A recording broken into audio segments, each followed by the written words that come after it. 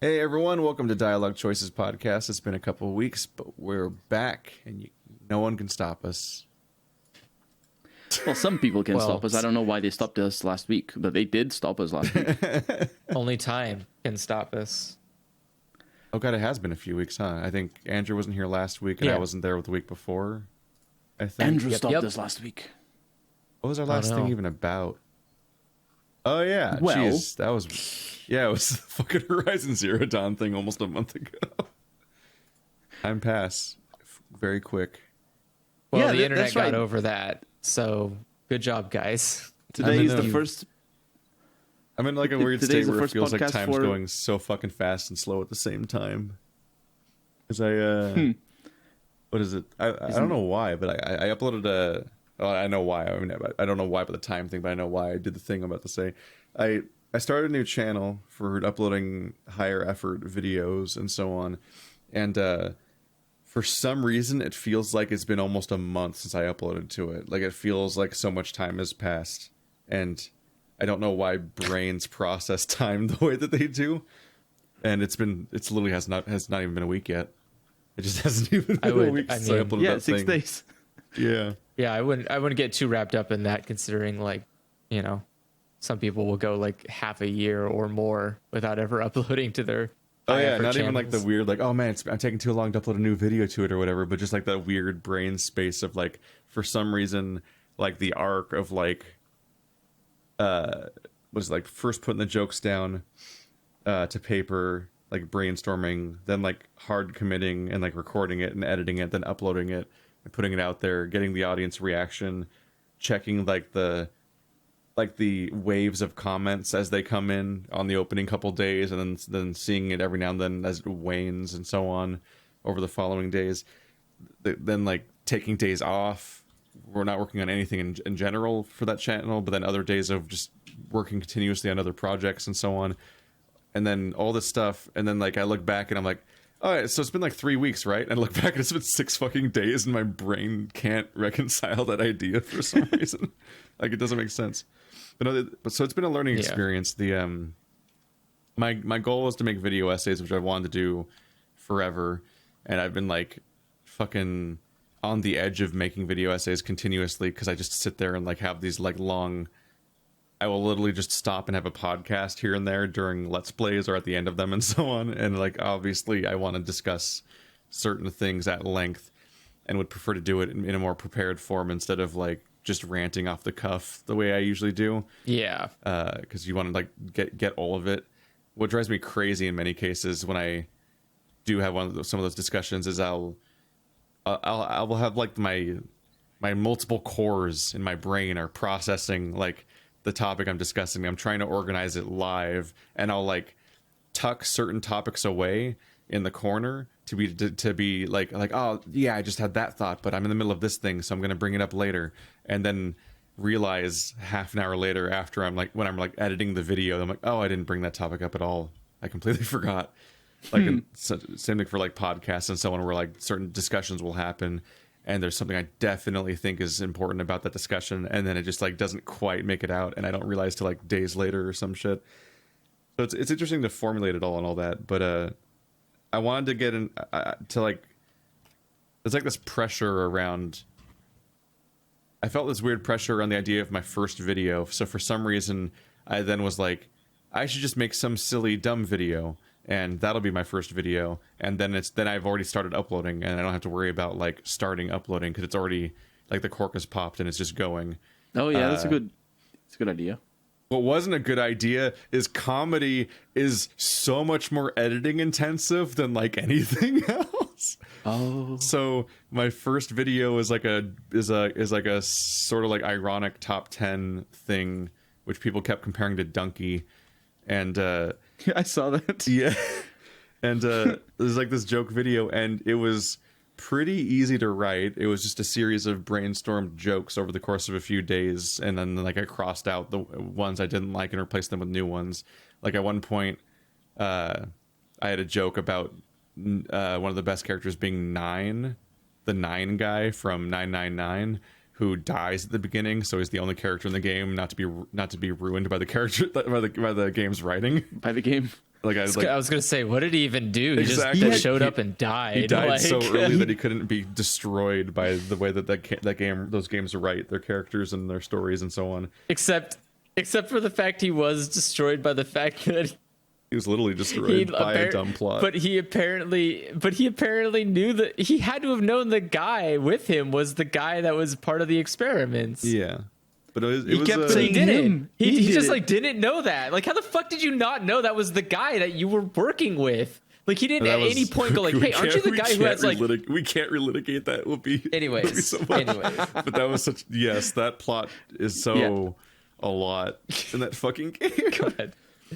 But it was an interesting experiment, and then I also wanted to specifically have every bullet point of the 10 be a completely different type of, like, I don't know if writing is the right thing to call it, but like a different kind of joke or a different approach entirely. And so like there was obviously like one of them is just there to set the expectation that this is a real top 10 list, so it's just sincere. Whereas and then there's like there's a like the final one is about the actual tug of war between sincerity and silliness and so on, and so that it turns into a theme.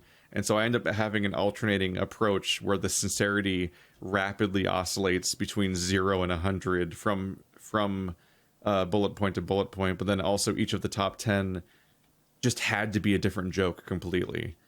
And it was surprisingly easy, like the idea of like this character just exists in there, like this one will be a joke about the character itself, but then this one will be like, oh, death is a metatext, like it works as a metatextual joke where like everyone complains about losing all your powers at the beginning of the game or so on, but if you didn't do that, the game would be trash. How would you play a Metroidvania? Like that kind of nonsense. But not only did I learn the hard way that, well, it's way faster and easier to write a quick joke video than it is to sit here and do a big structured video essay, because I have a bunch of those like spinning in the background right now, and they're like organizationally a nightmare to like finalize and figure out how you want to how to organize the whole thing and what you want from it.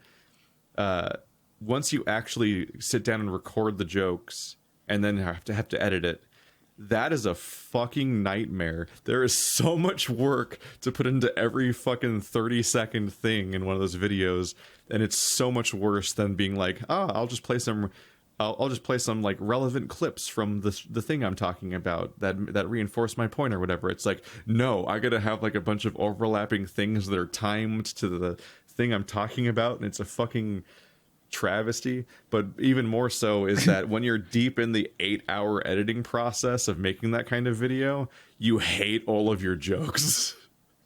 Because you worded them so many times. I hated the video. I hated every idea I had in it. I was convinced that it was fucking trash, that everyone was going to hate, and I regretted making it all the way up until the point where it was actually live, and then it was getting almost a shocking amount of positive feedback, and people seemed to be having a good time with it. But like, it was kind of miserable by the end because I had every self-doubt and was definitely like, this is bad, and every idea I had was bad, and I'm gonna be the only person who ever thought any of these jokes were funny, and I'm losing the faith that I think they're funny. It's just You got that out of the way early on. That's very important. Yeah, because this, I imagine it is anyway.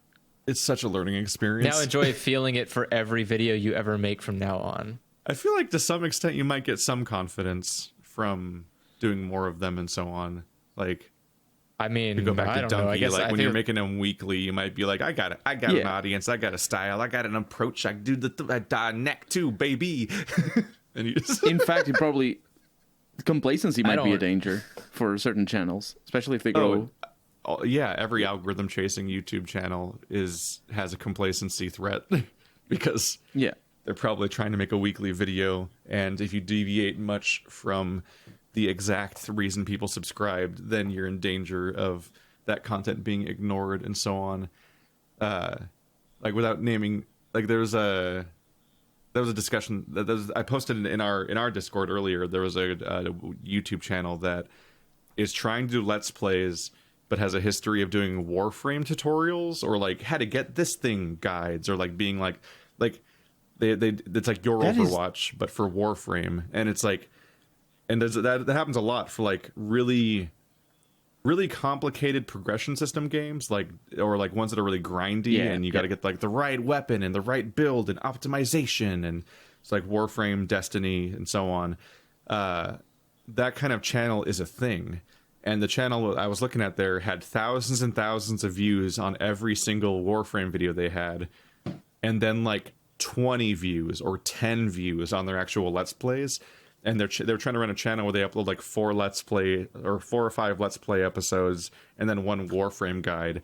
And that Warframe guide would get like 20 times the views of any of the surrounding videos, and the ratio is so like huge. And it's like that's why complacency is such a threat for so many YouTube channels, because the algorithm teaches you to stick with the same thing forever and punishes you for diverging.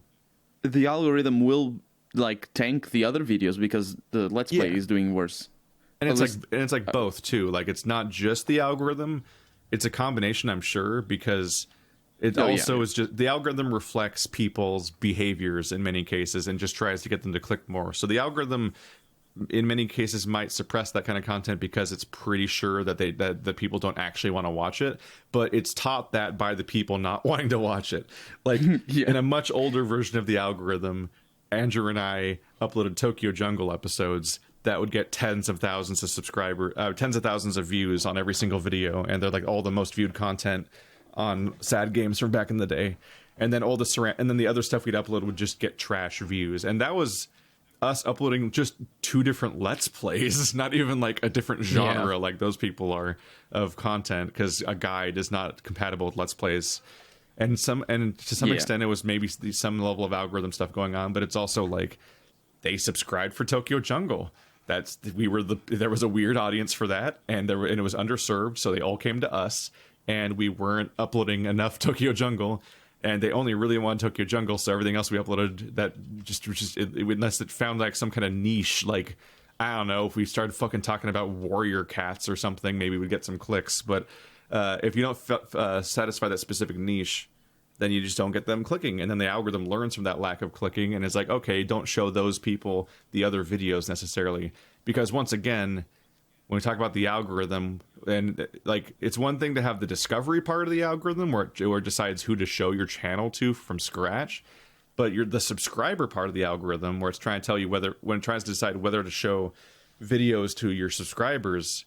That's because people don't use the subscription tab; they use the front page, and just get served up a weird mix of like, here's some news, and then here's some channels you're subscribed to, and here's a bunch of channels you're also not subscribed to, and it's like subscriptions are a suggestion at best. And for people like me and Colonel that upload several videos per day, like, in many cases, the subscribers actually kind of won't know that, because they'll just get served up the particular playthroughs that they happen to watch, or like the style of video that they happen to watch, and the other deluge of content will actually just get filtered out because it won't even show up on their front page to begin with. Like, there's some guy that subscribed just for Paper Mario back in the day and has been subscribed for like 2 years or whatever since then, and then suddenly came out of the woodwork again when I played Paper Mario the 1,000-Year Door, and it's like, oh yeah, he was probably subscribed the whole time, and after him just ignoring my videos, the algorithm just learned to stop suggesting me to him even though he's subscribed. But then the moment I play Paper Mario again, here we go. Like, it's all a weird fucking relationship. Yep. I noticed that across not just gaming, but like, for example, earlier today, I mean, it's kind of coincidental that it was earlier today, but I was watching, it just happened that I was watching a video about racing cars, rally cars. And there was another video that showed up from today's Formula One Grand Prix, and it was with the same guy that made the video. So basically, it was narrated by the same guy that made the video about racing cars, and it was just completely unrelated. But it was specifically about Formula One in an account that I don't watch Formula One videos on, and it's just connected that, and it was a different channel, just the same person. It is like, well, that's coincidental, or just is trying it? to No, figure obviously out what it's the the algorithm. connection is. Yeah, and it happens with games as well. Like, I will recurrently get your Wasteland 2 Let's Play suggested to me. It's a lot in my front page. But usually, it's usually when I'm watching. I've been watching a stream of Fallout New Vegas, or the VODs on YouTube, and it started showing your Wasteland 3 or Wasteland 2 Let's Play, and not your Wasteland 3, interestingly enough. And it's sort of weird because it's an old Let's Play, so it's like, it's because Wasteland 2 YouTube is suggests, like, it's heavily, my Wasteland 2 playthrough has priority because like it's the it's like the most algorithmically successful playthrough I've ever done or something, or it's like one of those ones. Whereas whereas Wasteland 3 I don't think did anywhere near as well, but I think it did all right. And so, like, even though it's the same, even though it's related content, there's just a way that YouTube has, like, I don't know, graded it or something over the years. So, yeah, like, I get suggested my own Wasteland 2 playthrough. It's like, I made that. Stop. And I'm not on a different account. Stop it, YouTube. I know it. I know about that. I was there. I did it. that never happens to me. Yeah, YouTube will suggest my own videos to me sometimes. And I'm like, no. What? That's weird. Please don't do that. Yeah, I don't. Yeah, the algorithm. The thing is, I think the problem with those videos that go viral is that big platforms like IGN and well, I say IGN, but GameSpot and a bunch of other video game sites just start releasing edited content about pretty much every video game that drives traffic, and they just eat up I at least I think that's what's happening. For bigger games, they just eat up completely the first episodes. For older games, it's different. But there's a new game that comes out, often it's so difficult for a Let's Player. Free content too. Oh yeah, it's just where it's like, what is this churning even it out. saying or doing? It's just kind of eating up the clicks. Yeah. Well, when it's not just the trailer, because that also happens. Just one to Yeah. oh no, I want my Let's Play to be on top. Nope, game trailer, released today. When it's just. Just there to get the early day, and they'll get it at any cost. Which makes it weird for that guy. One of my earliest controversies was someone stealing my content. It was a larger YouTube channel that was stealing my Dark Souls 2 videos and other people's just to make Dark Souls 2 content because just to get on the page at all. It was completely like substance free, like. And I mean, like, I'm saying that it's from the perspective of a fucking Let's Player, where we just play the game and all that. But, like, it was Dark Souls 2 is coming out on slightly different days in different regions around the world. And he was a YouTuber from a region where he couldn't access the game yet for, like, a week or something. So in order to get clicks, he stole other people's Dark Souls 2 videos and then just made quote-unquote class guides where all he did was like read out the starting stats and equipment of each class, which is, you know, the stuff that the screen tells you when you're making your character. And he made the whole series on every quote-unquote class in Dark Souls, which is already a fucking joke in its own right that there's classes, because there barely are.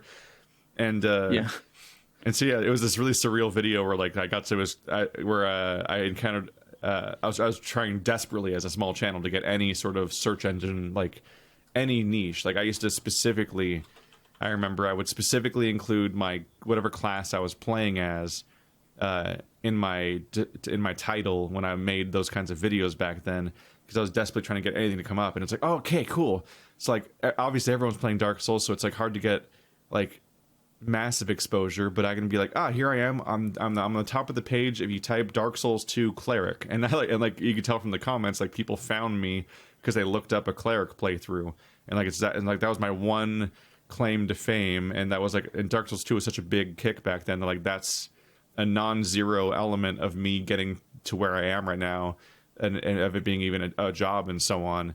And this dude was threatening that because he stole my own video and got a higher search engine rank for that search than me on the own search with my own video. And it's like, what the fuck? And like I went throwing a bit of a tantrum and went to like the Let's Play subreddit about it, and it became like the top story for a while. When addressed, and specifically what happened is when I asked the guy about it, because I messaged him directly, because there used to be private messages on YouTube, which I think just don't exist now, because I can't find them ever. No, they shifted. Yeah, because it was part of the Google Plus thing, I think. Yeah, I private messaged him about it, and he was just a dick about it, like a dismissive prick about stealing my content and getting past my rank, and using and like harming my channel with my own video. So I went off to like the Let's Play subreddit, and then like I think it got picked up by subreddit drama, like another Reddit that's about the drama of other Reddits, and like it became Another this vulture, whole basically. became this whole thing basically.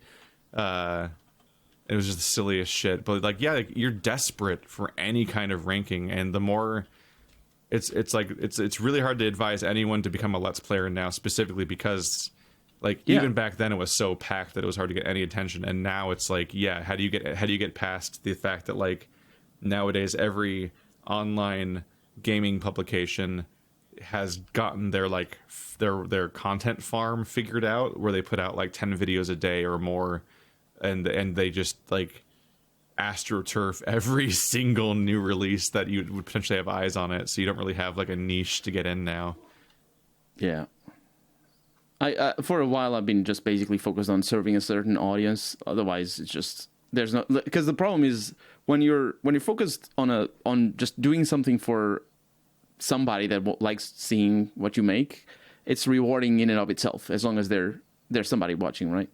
But if you're focused on growing, or if you're focused on trying to, be the best or be better than other people, just comparing yourself to other Let's Players, it's so frustrating.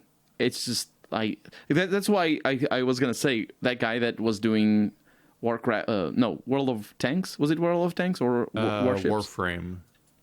Oh, Warframe, right. That guy that was making Warframe videos and then pivoted to Let's Plays, that's the wrong pivot. That's the pivot you do back in 10 years ago, not right now. That hasn't been the pivot for a few years. I empathize because I can totally see the idea that they may have always wanted to do Let's Plays, and maybe even already were doing Let's Plays, but happened to upload some guides, and then they took off, and now they're like begrudgingly still doing the guides because it's all that people watch, but they're still trying to do the Let's Plays at the same time. Because like we had beside ignoring the setting aside the Tokyo Jungle stuff on Sad Games, back in the day we had some character creator videos that had hundreds of thousands of views, and it's like, those are just random character creator videos, what the fuck? And then there's a few guides too. Like infamously, I was just on a whim playing Star Wars: The Old Republic one day, and I just noticed that like I could not find the fucking objective for this one mission, and then I realized I had to like go under a ship and look up with my camera, which is like the camera angle you never do in an MMO, in order to find the interactable part of the ship that you could then click on to do the mission. And it's just this one little minor weird throwaway moment. So I just put up a little quote-unquote guide that is just me showing that, with like, I don't think even with commentary or anything necessarily. It's like a nothing video. And like, not only did it keep getting views, but like, as Andrew will attest, because he runs the channel these days, like, he still gets comments from people about how it's still like that, and this video helped them and so on. And I had a comment 1 week ago that said, 9 years later, still useful. Thanks, dude. Helped a lot. Yeah. And it's like, guides are really useful. But the problem with Warframe guy is that like it's like the wrong pivot on that level of like, you like don't make don't do Let's Plays as like like you can do Let's Plays, but like as we talked about before, like how algorithm treats content and so on, like make a new channel, like don't make a new channel for the fucking Warframe videos, because they're clearly already doing well here. But like, you should, if you have such a massive divergence in how well two different pieces of content are doing, you should make a new channel for the other content, because not only are the Warframe people not interested in the Let's Play content and basically algorithmically like hurting it by not watching it constantly, but that content's hurting the Warframe content, because you keep uploading this content that apparently nobody wants to watch to your channel, which doesn't work well with the thing that they are watching, and is probably making them do worse than they would be. Mm-hmm. It always depends on how much people care too. But if the fact that if they're still committed to weekly Warframe content in that way, they probably care. Do you think? Yeah, they care, but they just don't know what to do. Do you think that, speaking of the pivots and all that, because these days YouTube, these days God knows what's going on with YouTube really, but I would say probably the best channels to grow are high effort channels with easy to consume videos that are thinly connected, or not thinly, but like they're connected in themes or subject, but still interesting enough for you to watch a video and then see the suggestion for another video of yours and be like, oh, I also want to watch that. Things like, what's the name of that guy? Like Hot Wheel reconstructions, or those guys from Indonesia that make houses out of just nothing. Do you know the ones that they dig a hole in the ground and make a beautiful house down there with a pool? Or cats. I do not know that. Things like that content. I'll link it to you. It's amazing. It's called Jungle Survival, I think. Jungle Survivalist. Either way, I know which ones you're talking about. Yeah, they just build like random structures in the middle of fucking nowhere, and they're made so that you basically find the channel. You like watching a video, it's peaceful, and then you get suggested other videos of theirs and say, oh, that looks cool, and you know what you're expecting, but you still watch the whole video if you like the sort of content. But then YouTube stops recommending them to you, and you don't watch them again for 2 or 3 years because you moved on to the next channel that does weird things or has cats. And I think that's where YouTube is right now. So on the long run, I don't know if they're probably always going to be good channels, but the problem with those channels is that if they're dead, like for example, a channel that I followed for a while, that is more or less this style of videos in terms of connection and related. I followed it for a while, and it stopped. It was a Texan in Japan, I believe was the name of the channel, and it was a couple. She was Texan and he was Japanese, and they basically were she was adapting to the life in Japan, and it was like a vlog style channel, and all the videos are easy to digest and more or less independent, and it's like it's you watch a bunch of videos and it's good. It's an interesting channel. The problem is because they don't publish new videos, they don't get suggested anymore, and the channel basically just is dead because nobody gets driven there unless somebody suggests it on TikTok or something. So it's a weird balance between the seasonality of viewers in a way, because they watch it in binge watch a bunch of episodes and then go away, but at the same time you need to keep working on it. Whereas I think Let's Plays are always going to be a lot, people are going to go back 10 years in the future, as long as YouTube's still up, they're going to go back and watch a Let's Play of, I don't know, Tokyo Jungle. Oh God. That game is really bad, isn't it? I don't know if it's bad. It's interesting. It's very strange, but it's got a lot of actually incredibly strange mechanics. It's a game where you try to live as long as possible, but not as an individual, but as a legacy. Because they take it as a hard and fast rule that, like, okay, every animal lives for like 10 years ish, basically. They don't have you memorize the lifespan of like every deer and tiger and house pet dog and so on, but instead they just all live about 10 years. I think the rule just is 10 years in that game. Like they all live about 10 years and they start getting older. Whereas some animals live longer, animals, some animals live less. I don't think it was that way.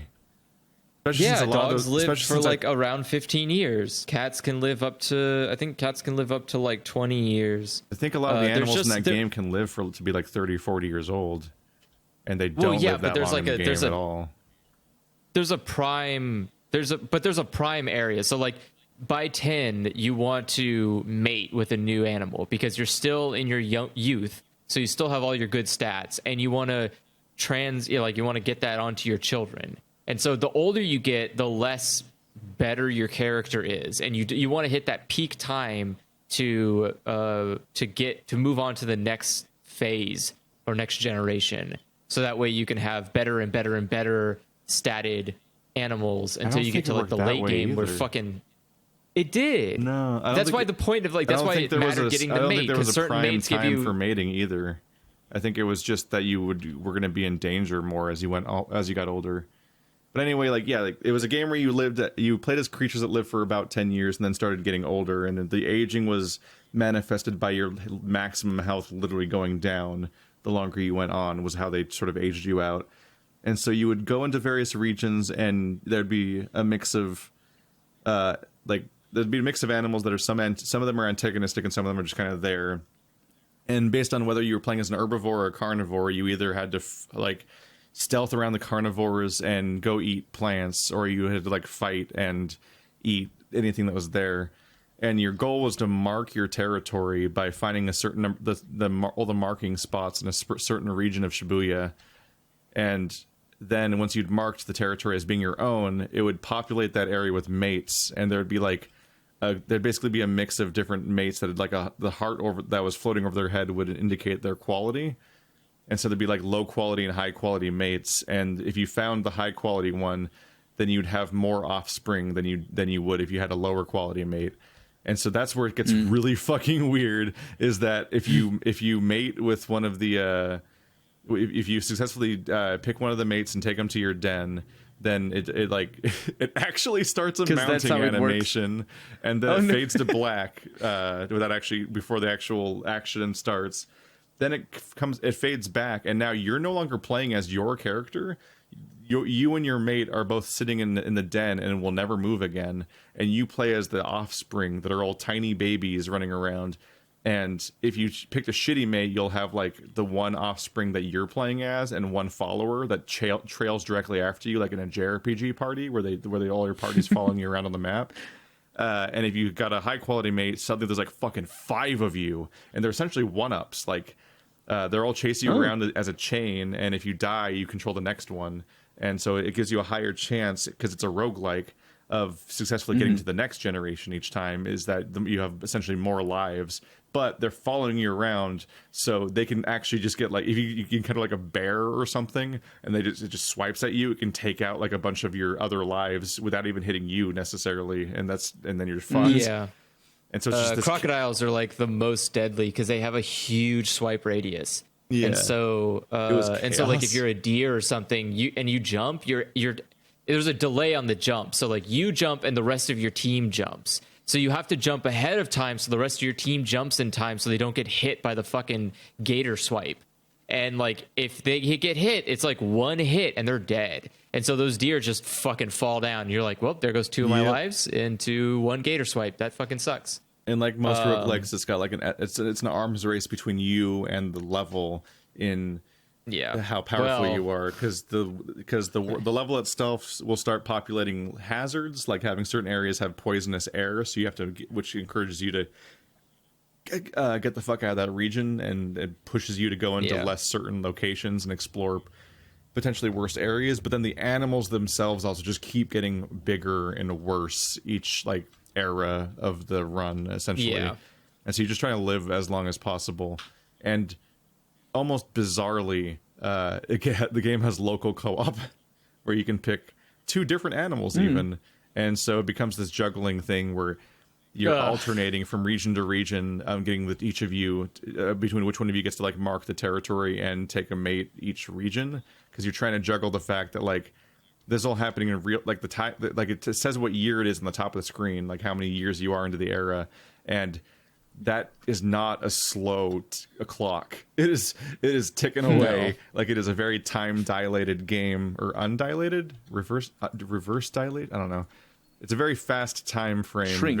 Very Majora's Mask times 1,000, going quickly. And so suddenly when you're playing 2 players, that starts to become a really narrow window of trying to get both of you to successfully mate in time in order to start the next generation. And by the time you ever succeeded that, it's time to get busy with the other guy, or that it just keeps going and you kind of bounce back and forth. It's a really busy, energetic, like entertaining cycle. And our sort of soft goal of sorts was to try to survive for 100 years, which was just nice round number that was hard to reach. We got there with like house cats of all things. There's really weird unlocks, like you can play as the Sony robot dog or an office worker human. There's some very also the further a dinosaur. So the penultimate, or Yeah, so the ultimate thing here is that the reaching 100 is hard because around like 80 or 90 years in, the game just goes, dinosaurs came back. And you're like, I'm sorry, what? And so like they're just fucking velociraptors just hanging around Shibuya, and you have to like avoid them as a fucking cat. Like, and you can't do anything. Like, so you're a predator. So as a predator, you have to eat meat, which means you have to go and hunt other animals to survive. And that gets really hard when your competition is a fucking T-Rex. Like, it was insane the further along you got. And like, yeah, the cool thing about it was that each zone had its own weather. So there'd be like acid rain or fog, so it'd be harder to see, or just sweltering heat, so you would run out of water faster. And like you would have to you'd have to be balancing a health bar, a hunger meter, and a thirst meter. And like obviously, just like in anything, if you try to drink water, like something will come up and try to fucking get you.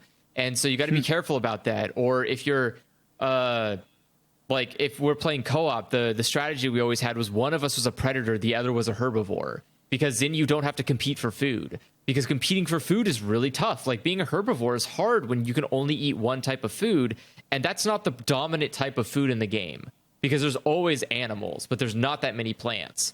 So like there's a lot of Tokyo Jungle is a really interesting game. There's a lot of cool mechanics to it, and I think if it's actually a limitation of the understanding of what carnivore is.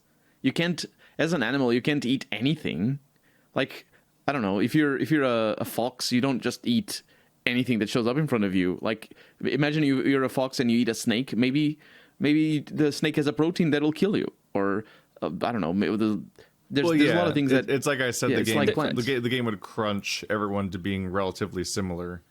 So like there was different levels of like strength from creature to creature, and they had like combat stats. But I'm pretty sure they all could just eat plants or could just eat meat, and it was all meat or all plants with no like special rules. Yeah. And they would all die, and like they would all start being too old in 10 years. Like I think they really squished all of them for most rules, because otherwise the fucking 80 characters you could pick would be way too complicated.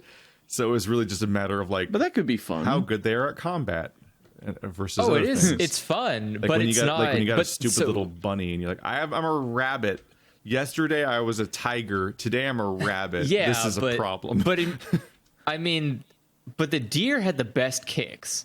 Like that deer could fuck somebody up. It could back kick you so fucking hard. Like even a gator would be like, Jesus, okay, fuck. Like it just go flying in the air. Just not the T-Rex.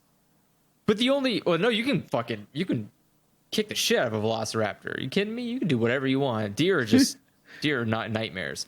But the problem so the big drawback of Tokyo Jungle is everything else sounds really cool, but boy, after you've played it like 10 times, Shibuya gets fucking old. Like, you know exactly where to go. You know all of the things. You know where all the stuff is. Nothing's a surprise. Nothing's a secret. When shit happens, you're like, oh, okay, well, let's go to this area because I know it has less predators or whatever. Or you go this way and you're like, oh, this is the area that has like gators and shit. So be careful. Like, just don't go down this path because that's where all the gators hang out. And this way is where all the water buffalo are. And like, at some point you get to this like because the map is so stagnant, you get into this repetitious like cycle of, all right, I know the places to go. I know where all of the points are I need to go to. I know where all the spawn, like the resting zones are. I know where all the mates usually are. It's like there's not a lot of variety there. And so after a while, it becomes really monotonous to go and do this where you're like, now you're just fighting the clock. And you're saying like, all right, can I survive to 100 this time? And you're like, shit, I'm at 50 and I'm kind of like, rain fucked me in my right area I needed to be in, and now I'm not going to be able to get to the place I need to get to. I don't think I'm going to be able to get enough food. This run's fucked. And like, it's not. It's so at some point it becomes really boring to play Tokyo Jungle when the more you know, like the more adept you are at it, which is not how most roguelikes work. Most of the time with a roguelike, the better you are at it, the more fun you start to have because you now have a more you have like you have a little bit better of a chance. Like your chances of survival get better each time the more you know. Where Tokyo Jungle, it does do that, but it also just it just stagnates on the fun level. Like at some point you stop. I don't know. For me, at least, at some point I stopped having fun. The more I started critically thinking about what was going on, and like there's certain situations that can be fun. Like, oh, am I going to be able to tiptoe around these sleeping lions in the fucking train station? I don't know, maybe. And it's like, oh shit, no, they woke up. Fuck, I gotta run. But the getting there part is so boring. Where it's like, all right, I need to get to this place. And you're just walking through this thing. You're like, all right, I know I need to watch out for this. I need to get to here. Oh, I'm running out of food. Make sure there's like some food on the way. Okay, let's do this thing. And it's like, I feel like most roguelikes don't have that monotony level. Like usually there's supposed to be enough variety or enough tensity. Like enough, not tensity. There's enough like, you should feel tense enough. Yeah, tension. Yeah. There should be enough tension that like going from place to place, makes you on edge at all times, and you're like pushing yourself to the limits here. But like Tokyo Jungle didn't feel like that. It just felt kind of, you dealt with the cards that were handed to you, and it didn't really matter.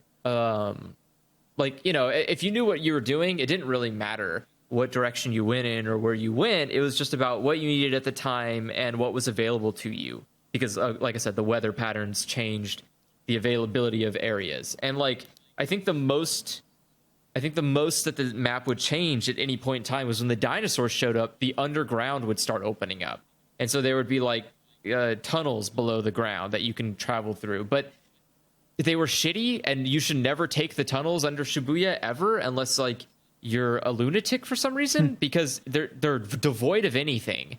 Devoid of like any kind of resource. And they bring you to only the worst locations in Shibuya. So like, why the fuck would you even go there? And yeah, it's just, I don't know. I guess again, I feel like we just played a lot of Tokyo Jungle, and so I just have, while still being surprisingly little compared to like how much time a game like Binding of Isaac or Hades generally expects of you. But the there's an interesting conversation to be had about the fact that Tokyo Jungle was built around, it's a travel based game. Like you always have goals you're trying to get to and from. So there is definitely an upside to having a set in stone map that you learn over time, and then you like actually like you plan routes and you react in certain ways to situations like that. Like there's a reason why you would want to have a set in stone map the way that you do in Pathologic or Dead Rising, because it's that kind of gameplay loop as opposed to the usual roguelike one.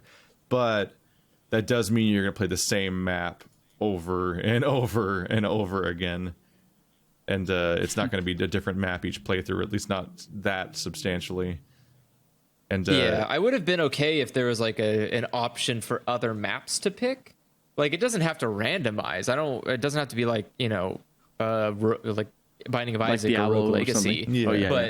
But like, I would like something that like is just different, Like, yeah, it's just okay. Instead of Shibuya, you're now in like, I don't know, fucking Osaka or fucking Hokkaido, just like some other map you go to, and there's different places to learn and stuff like that, just so that way you can spice it up just a little bit. It's like, okay, I think I even remember it having pretty good level design too. Like, it was a pretty good level, but the levels are great. Like, there's a lot of to make entirely new ones from scratch.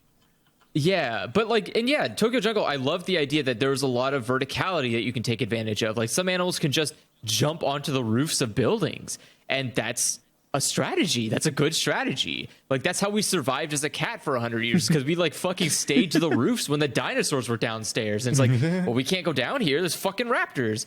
And raptors would just jump up the building. You're like, oh fuck, now they're up here. We gotta move. But again, like, at some point though, you just reach a limit of, I know what I'm doing. I know where I need to go. And it's just up to there's like a 50% luck and 50% skill type deal, where I hope that the game doesn't fucking block off the place I need to go to for my objective. And if it doesn't, then I have to at least remember how to get around here without messing up.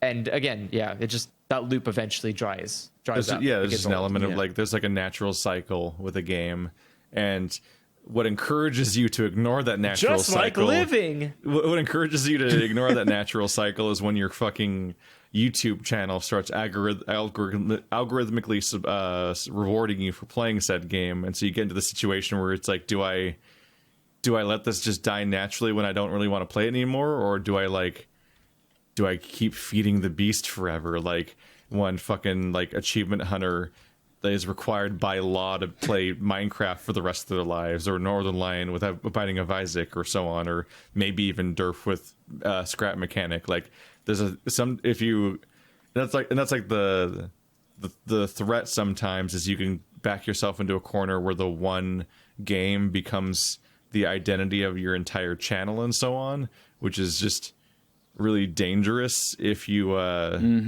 want not only if you just want to do anything else ever again, but also like eventually like that game dries up. Like Minecraft YouTubers have been very lucky for a while. It ebbed for a while well, there, since but the beginning, really. Yeah, like it seems to have I think it keeps updating too. I think that helps it a lot, is that the game continues to get new updates and new things show up. Whereas but Binding also, of Isaac doesn't get a new thing. It's just like, here's a brand new game. And you're like, all right. even then, I think Minecraft did like have a serious decline in the midpoint of this last decade, and then had a surprise resurgence where like Yeah. it almost seemed to be like because PewDiePie started playing it again, and then suddenly there's also like a bunch of individual YouTube celebrities that or like Minecraft celebrities that just exist for that just did not exist like just a few years ago, and like the Dreams and all that, like all those people just kind of came out of nowhere, and everyone started saying SMP constantly at each other, and like a weird reinvention of a SMP? game that I think survival multiplayer, which isn't the most useful about that. explanation, but that's like the that's what you call it. That's the mode that they play. That's just what they're always referring to when they talk about like the server that all of these people are all collaborating on, basically.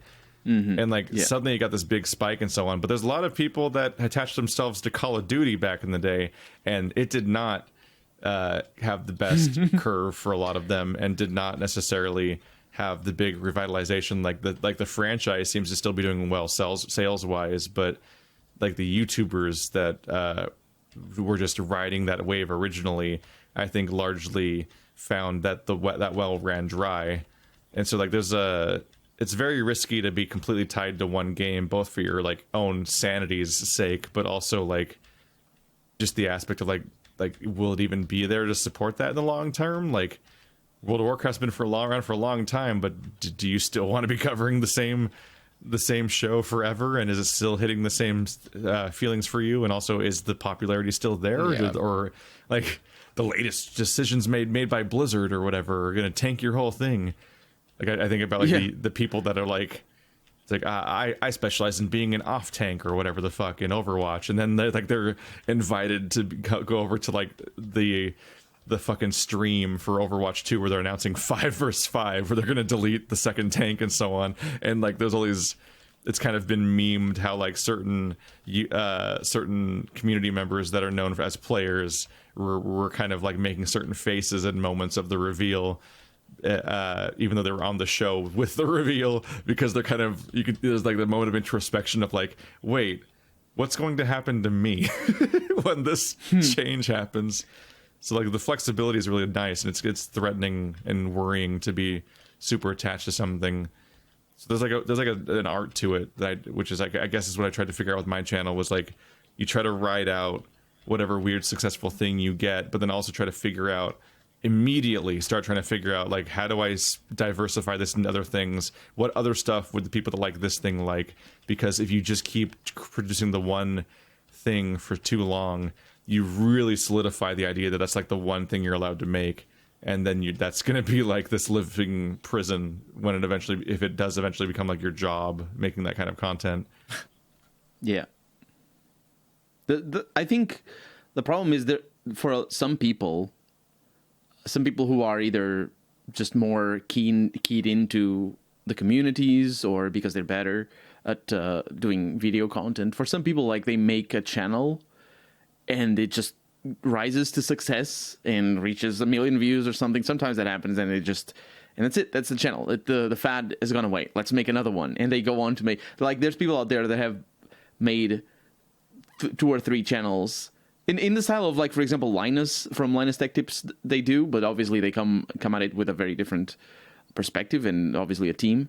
But there's people out there doing that, and it's a matter of being willing to do what it takes to fit what YouTube wants from you at any one time. Sometimes it's a certain level of trend chasing, and sometimes it's the ability to cross promote. So sometimes the channels do well, not necessarily because they fully earned it, but because they could leverage their existing audience and redirect them in certain ways. But there's also like there's a really specific formula. Like I think about, like, what is it?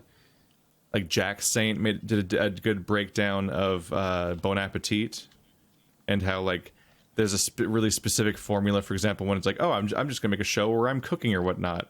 I think both Jack Saint and Folding Ideas address, like, cooking channels a bit, and like how there's a really specific formula to, like, this, like, artificial injection of personality where you have to do you gotta do your cooking, and you gotta have like a big, flashy, attractive thing, and it has to look, it's like kind of clever and kind of and like be well shot and all the other stuff, and it's gotta be snappily edited and all that. But also, like, there's all these moments that are like calculated moves where the facade drops, and like there's like a peek at their personality as a person and stuff like that, and you have to kind of constantly hint at, like, this personableness and relatability in the video, because that, like, extra personality feeling is actually why the videos do well to some extent, because they're comfy and welcoming, and you start watching and you get loyal to a particular content creator's content because you're familiar with that specific person.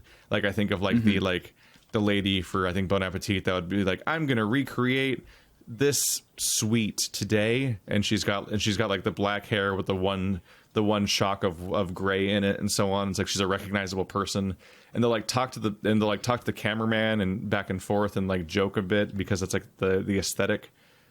Like this week, I was in cooking shows that's very common. Yeah, I know what you mean. That applies to a lot of people. It wasn't YouTube. at all. But it's no. I think you'd really. Yeah, for cooking shows on TV, I think it was very common for people for like the cook to have a relationship with the crew.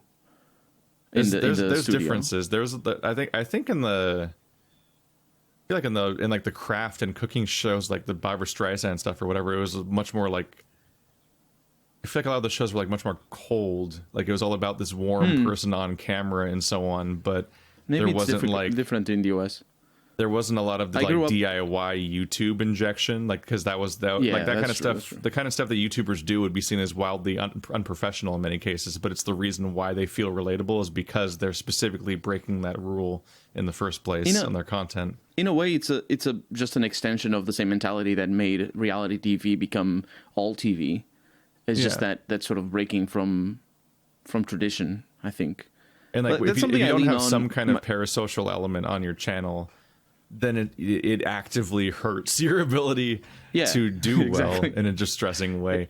Like, it relates to, like, one of my oldest arguments about Let's Plays in general is that I would see people complaining that there aren't enough popular no commentary, like, YouTubers. Like, they complain that too many Let's Players do commentary, and they want to just watch, like, the no commentary gameplay only videos, which do exist, but there's not nearly as many of them, and those that are popular enough that you're probably going to name the same ones from person to person because there's just not that many other ones to name. Like, it becomes like, oh yeah, empowered woman in sci-fi, oh yeah, Ripley.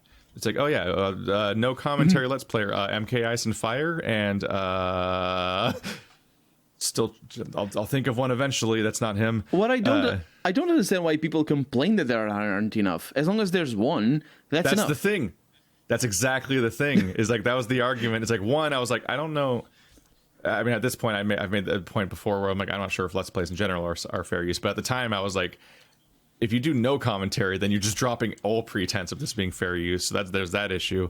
But then there's the fact that, like, you're just a library. So there's a two-pronged problem where, like, one, why, like, you don't really matter as an individual, and there's also no reason to make for more people to be like you. There only has to be one, because as long as the person's not making egregious mistakes or something, if they're just competently playing through the whole game, then uploading it at a good resolution or whatever, then like that's it. That's the definitive. You don't need any more of those.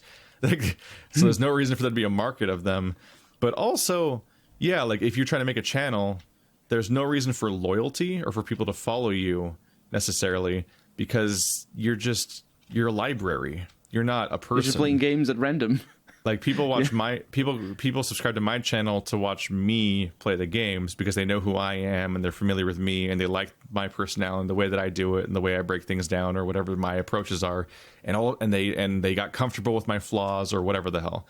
But like a no commentary channel, like it's like checking out a book at the library. Like you go, like you might know the place exists because you've watched another thing there once, and so when you think about like, oh, I want to watch The Last of Us today, you might look up their content. But also, you're just as likely just to search YouTube for that game and not for any person, and just kind of by happenstance watch that one person a lot because they're the one that's the most algorithmically successful. But like, as a content creator, there's no reason to do a no commentary channel besides how easy it is. And as an audience member, there's no reason to be loyal or even particularly aware of any individual content creator that's no commentary, because you know you don't know who the fuck they are and they're indistinguishable from all the other ones that are like them, to the point where you won't even remember if it's the same guy each time you watch another one. Yeah.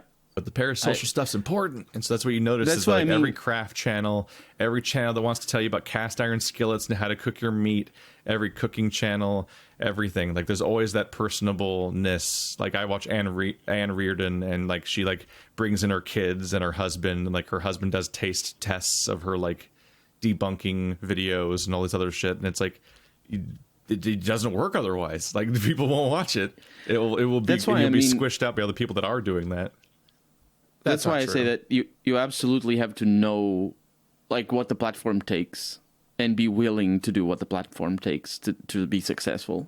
And sometimes it's just a calculated thing. Other times it's just what you want to do. Like I looked up Fallout no commentary just to, you know, as you were talking, and I found I scrolled down a little bit and I found a video, episode 111, with one view. And it's this channel with 5 subscribers that has been doing Let's Plays for 8 months now. And it's got a bunch of Let's Plays with more, well, at least Fallout 4 has more than 100 episodes. And all of them have like 1 or 2 views. And it's obviously somebody putting in the effort. But it's got 5 subscribers. That's what happens with no commentary. It's just like, yeah, why subscribe to a no commentary channel? Like, you just you'll at most look up a specific playthrough and watch that one, and then like, why subscribe to the future one? You don't know what they're going to play next, or if you want to watch what they play next, and you don't know who they are, so you have no attachment to them. That you already forgot who they were the moment you finished the playthrough. Yeah. For reference, I think at 8 months I had like 700, 800 subscribers, and I didn't grow very fast. I was late to the scene, but like, yeah, it's just completely different. It's what it is, and like you can even get a glimpse of that because I do another format of show. Technically, it's not that different or whatever, especially since I don't treat it that differently, which exacerbates the problem. But like, you look at my streams and how well they do, and it's because it's like you said, you need to look at what you need to do to succeed on a platform and decide whether you want to do that. Because I actively don't do what you're supposed to do when I'm streaming, and it kills my streams. You need to read the super chats. I basically only begrudgingly stream because other people are streaming, and I'm I got back into the corner. Yeah, you gotta have a face cam. You have to sit there and greet every single person who wants to be greeted, so they feel welcome, because that increases how long they'll stick around and increases the chance that they'll give you money, and you got to leverage that actively and exploit it. And it's another thing. I feel like you don't have to stream if you don't want to.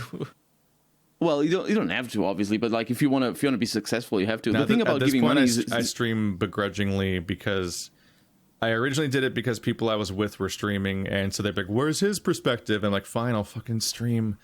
But it's like I'm doing group stuff, so on that level, it's rude to constantly be talking to chat. But also, I just don't like the weird, like, pretend to be your friend aspect of streams in the first place. Because the greeting implies that I'll remember you 5 minutes later, and it's like, no, I'm not going to just sit here and greet people constantly. The people I remember from my streams are the people that showed up for like months or years. But like at this point now, like the part of me that doesn't want to stop streaming is because I feel bad about the handful of people that show up all the time. That if I just like stopped giving them what they wanted because I was annoyed at the people that don't want what I give. But it's like there's like the feedback you'll get where it's like, what's the point of this if you're not going to do what I want you to do, and like this is stupid and you're a bad streamer kind of feedback. But then like there's a whole quiet audience that just likes this exact format how it is and the way that I'm doing it. I've been doing it long enough that I'd be like kind of letting them down if I just stopped one day. And that's also the entire basis of our Final Fantasy XIV series, and it's a following that turned out to be larger than we thought it was because it didn't seem that apparent. But then suddenly all of those people are joining the actual stream for the raids and all that, and you're like, these are just the ones that are following this series that have accounts in the same data server as us. It's like there's an audience for that I'd be letting down at this point. Like our one loyal Overwatch viewer that I know by name and is sad now. Yeah. Well, you still do Overwatch streams, don't you? No. You did one last week. Like one a month or something. Yeah, but yeah. Used to be like 2 or 3 nights a week. Mm-hmm. No, it's a weird thing. For all I know, making those streams that don't actively engage with how I'm supposed to do streams might be hurting my channel. Well, at least you're not taking super chats, because that's the really insidious thing about super chats and subscriptions and just the monetary aspect of streaming, is that somebody watches you and feels interested enough to give you a little bit of money. You need to really reward them right away, because that's the hook, and it's the sunk cost fallacy right there at the beginning.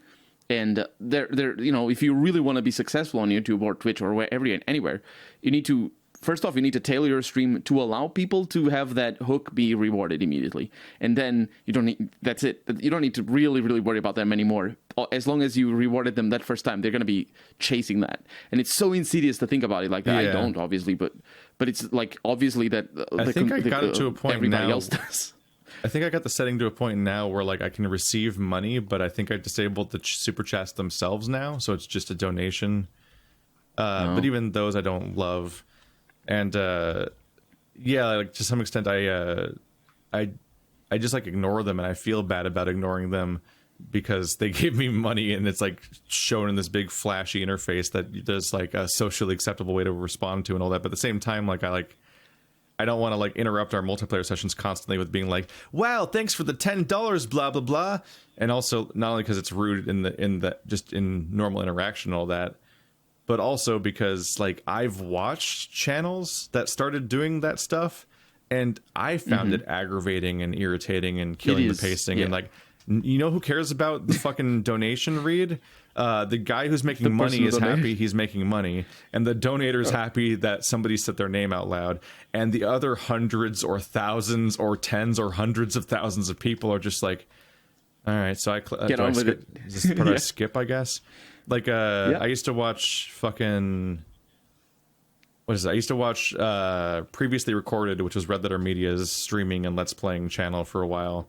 And they would just, like, spew out, like, long marathons of thank yous for the longest time. And, like, entire sections of the show would then be them either answering questions or just, like, thanking people endlessly. And, like... What is it? Game Grumps did their Skyward Sword playthrough that midway through became a stream series, and like it's so jarring. Entire chunks of the series, like instead of talking about the game or actively engaging with it, it's like the person playing the game is playing the game while the other person is just continuously reading questions and donations and thanking people continuously for like 20 minutes straight. And it's like, this just isn't a let's play. Like, this is just in the way of the thing. You're getting the like how the sausage is made part of the show in the way of the actual show. It's the thing is, like, that's the reason why I don't just export. I've never done. I mean, it's not I've never done, but I usually don't export just the Twitch streams, is because I engage with my audience, and it just, for somebody who wants to watch the game, they're watching like week old or months old conversation about. Sometimes the audience will just ask questions that aren't related to the game, and I find that interesting, and I will just ramble on for like 10 minutes with the game paused in front of me, which is like super jarring for somebody who's just there to watch some Dragon Age 2 or something. So that's why I edit everything. And I will say, during certain contexts, especially Overwatch, where it's a completely open, super casual environment, if you actually want me to engage with your stream comment, propose some kind of interesting topic. Especially something more interesting than like, hey, did you see this game? Or worst of all, are you going to play this game?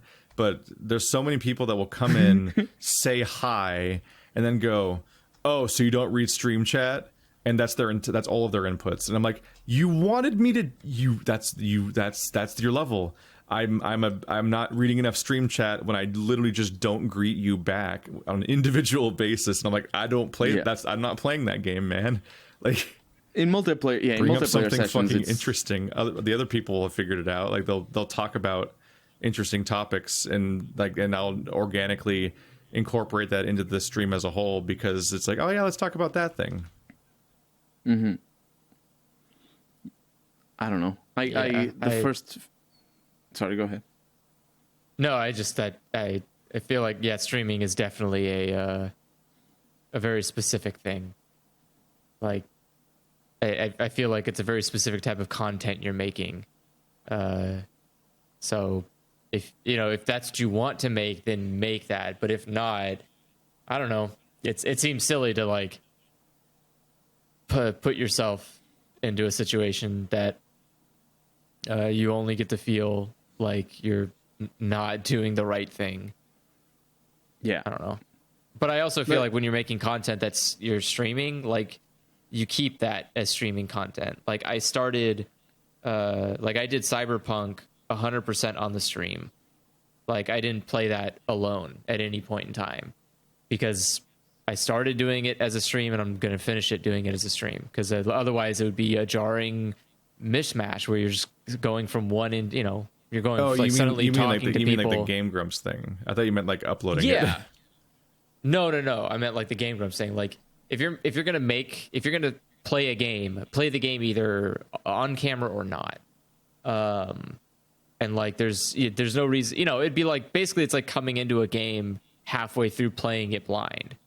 You like just suddenly start a let's play where you don't have the intro or something, where it's like it feels so jarring to go from like, oh, okay, cool, this is this is a created content, and then all of a sudden it's like, well, now we're having technical issues because it's live, audio isn't necessarily the best balance, we're reading comments off, like maybe the quality of the video isn't 100% as good as it would be if it was recorded, and like, just it's weird to like suddenly turn your content into something else midway you can through. Just edit it though. It takes time, but it's definitely and that's so much time. Some people Definitely do doable. but some people don't do that, and so then you get stuck. That's the low effort aspect. Obviously Game Grumps didn't, because they would have cut out all the stupid thank yous. Like, why the hell would you keep that in there? That's such an annoying thing to have in a otherwise static let's play. I do that find seems like a very bad thing. I find it interesting in the way people talk about streams sometimes when they are used to them. One thing, like one minor tiny thing that's funny is when there's certain people that will refer to all content as VODs, like all YouTube videos, because that's just what they're used to calling things. But there's a particular thing that I see that comes up is, and I think it's based around exposure to other channels that work fundamentally differently than mine does. But if I talk about something being really time consuming, or like I want to like work around that or not cover it in that way, or like something really grindy or big, like Monster Hunter or something, they'll always talk about like, oh, maybe you should finish it in streams or something, as being, and it's like it's proposed like it's a magic solution that would like it's like free time, like time that just happens magically, and like oh yeah, streams, that infinite well of time that exists, as opposed to like, you know, the time I was otherwise putting in. What? It is a magic solution, though. Now that you say it like that, it is true. I think they're right. It's super not. It's Like, super not, because the people that are saying that stuff are basing their feedback on the other channels that they watch that upload like a couple of videos a day or less, and then they have like to complement their like half an hour of content per day, they then do like they have like a 4-hour stream. So like those people just exist in a different world of content creation where they have all this leftover time to just dump into their streams. And so yeah, they'll like upload like one video that's supposed to actually do well in a given day, and on their YouTube channel, because they're following the algorithm advice of doing a really specific content release schedule, and not going any higher or lower because it'll like fuck with their whole channel. So then they go to Twitch and they do separate gameplay that's completely different from what they're doing on their personal YouTube channel, and that's how they get like through their bulk content of knocking out all these other games and so on. And it's I understand. And applying that feedback to me just doesn't work, because I'm like, no, I'm already putting all my game time into playing games. Like me also streaming while I'm doing it doesn't make me have more time. Yeah, from a just a time investment standpoint, you're definitely right. But I'm saying that it is sort of a magical thing, because for me personally, it has been. Like, there are games that I always shied away from doing a let's play. And honestly, my streaming has always been for the games that I can't do a let's play. Like, for example, my first proper game that I played on stream was The Witcher 3. And doing a let's play of The Witcher 3 is just like a nightmare, because there's just so much dead time and so much. There's not a whole lot, actually, in comparison to other games. There's not a whole lot, but there's a lot of there's going to be a lot of episodes that you basically don't accomplish anything, and a lot of episodes where there's a lot of packed content together. And there's a lot of games like that. Like Fallout New Vegas is one of those. I'm playing Dragon Age 2 right now. That's definitely one of those. And games that that have a lot of that dead time are very difficult to do let's plays of, and I've always been afraid of them. The moment I started doing streams, specifically editing the streams, and I think for you, Keith, the way you do your streams, like, for example, what's that? Satisfactory? Yeah. The way, for example, I watch your Satisfactory videos, and you're doing the streams, but it's the normal let's play, because you don't engage with the audience, so there's no extraneous aspect to it, so it's just basically there forever, and it's the same content there. There's no jarringness to it of you talking to people who have talked to you whenever you recorded that. So what I'm saying is, in a stream, you have the freedom to just do boring things every once in a while and not worry about the end quality of the video, because as long as you edit it, obviously, as long as you take stuff out.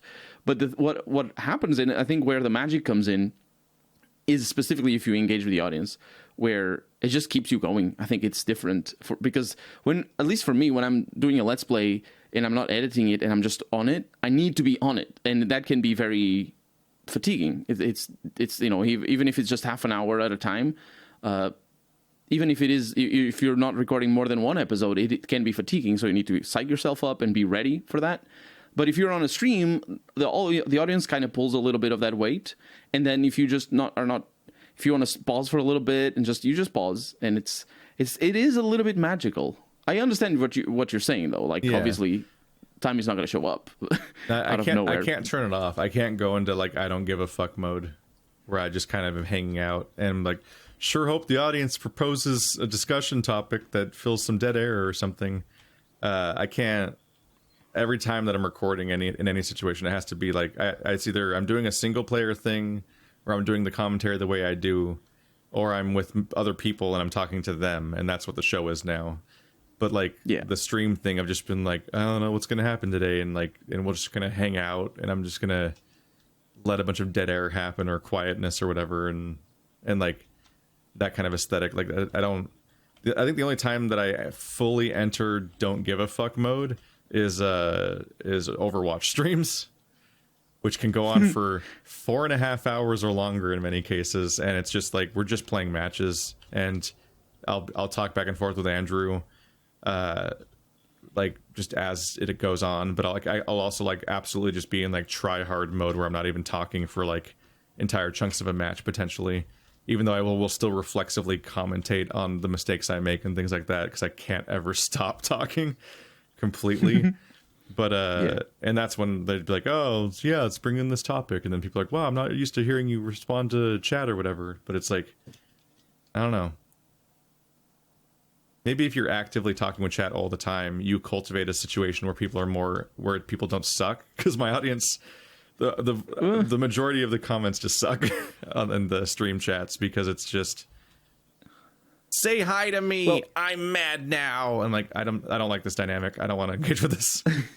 I don't reply to every comment. There's sometimes chat just goes on its own tangents, and if it's really not about the game.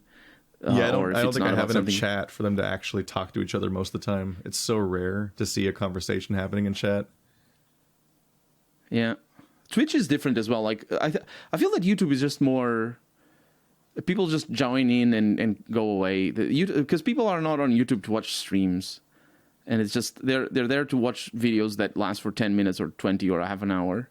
Watching a stream on YouTube, it's something that you either are used to doing or you need to just really go out of your way to do, because that's what Twitch is for. You can't watch short videos on Twitch, although you can, but it's different. But I get the impression that a lot of people join me on Twitch and just leave the page on the background. Because that's just what you do with Twitch. Just you turn on somebody that you're more or less comfortable with and playing a game that you're more or less comfortable with, and that's it. That's that in the background. Yeah. They're very different forms of media. It's weird. Yeah. And Pretty now much. we have TikTok. Well, that's a different type of content again. Can you even monetize a TikTok? No, much like Instagram, it's kind of about influence rather than video monetization. Yeah. So the idea is that you have enough people that someone will say like, "Hey, can you wear my T-shirt on your TikTok video?" And that way, that's even worse than just, YouTube. Yeah, the not product really. placement No, and use all my of it is diet bad. pills. All of it is bad. Yes, there is monetization on TikTok, in that there is like there's like a pool of money that I think TikTok itself puts in, and it's distributed amongst the people based on viewership. Oh, okay. Or at least or at least it has happened. I don't know if it's always happening. So it's like ad revenue, basically. Yeah, except I don't even know if it has ads. Like I think it genuinely is like TikTok, in an effort to encourage its creators, has like a budget that is like a pay that it gives to whoever based on just what their collective portion. It's like YouTube Red when that was first announced, like that idea of like, in I guess now it's YouTube Premium or something, and all the Red shows don't exist anymore or something. But like it's that feature that's like split. They like, call them. Go for it. It's just like the idea that the money is split between everybody based on how much their watch time they're getting, essentially.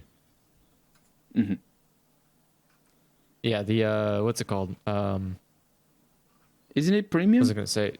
No, they're called YouTube Originals now. Yeah. Instead of YouTube Red. Oh, that's right. Are any of them behind a wall anymore? Do they even do that anymore? Like paywalls? I think they do. I think the YouTube Originals. I think like the first episode is always free, and then the rest of it is like you got to be premium or whatever. I remember, at least I remember Vsauce. I don't know if it's still like that or not, actually, but Vsauce's Mind Field was a show that seemed kind of interesting, but I never got premium to watch it. And then it was just all free now. one day. Yeah. And it still is listed as being like YouTube Premium stuff, but I think it's all free. And I think it was framed like it was going to be temporary, but I think it might still be free. It's been like a year. I think it is free. Yeah. YouTube Premium, I think it did increase the revenue gained by creators. At least on my side, it did.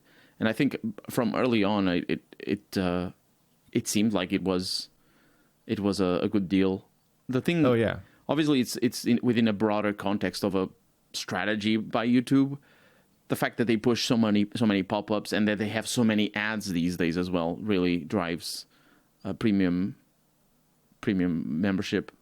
They might have plateaued though. Who knows? There's just it's I don't suggest that anybody subscribe if you have money to spend, then by all means please do. You support the creators you like.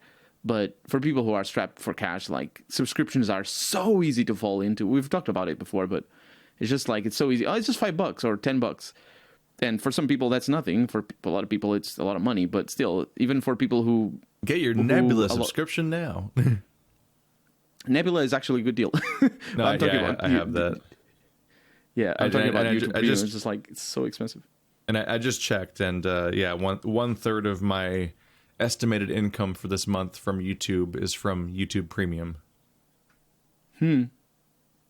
Just became this boost for everybody. It's pretty good. Like, I didn't have to do anything. It's just they launched that program and people subscribe to it, and a proportion of that is distributed back into the creators that are making the content in the first place.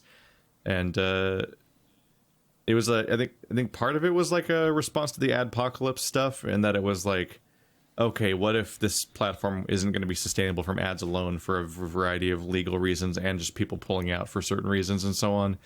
So if we have like a subscription model, then we can make the program run anyway. And yeah, like, I'm almost like any change ever made, it was immediately doomsdayed a lot and everyone was freaking out. But in this particular case, it was just like an objective upgrade for me from day one. That's only, and it's just been better for my life ever since it was made. Yeah, I see the same things. Not a third, but less, a little bit less. But I don't know. It's a different channel as well, so obviously the numbers are going to be different. Yeah, and Apocalypse really was a bit of a game changer, not just for YouTube. I deal with that on my day job. Because we do websites, so we deal with our clients that want ads online and just to publicize their site or their landing pages or all the things that they have. So I also see that there. Obviously, it's still Google. It's still because when they pay money, it's either for Facebook or for Google. But the prices and the way they fluctuated, and specifically the way, so like, there was a time where if you paid like $100, you paid $100 for a specific landing page, you'd easily get like 7 or 8% of return in terms of clicks for that, where normally it's like 1.5%, and it's, to this day, it's still higher than it used to be, the return of ads online.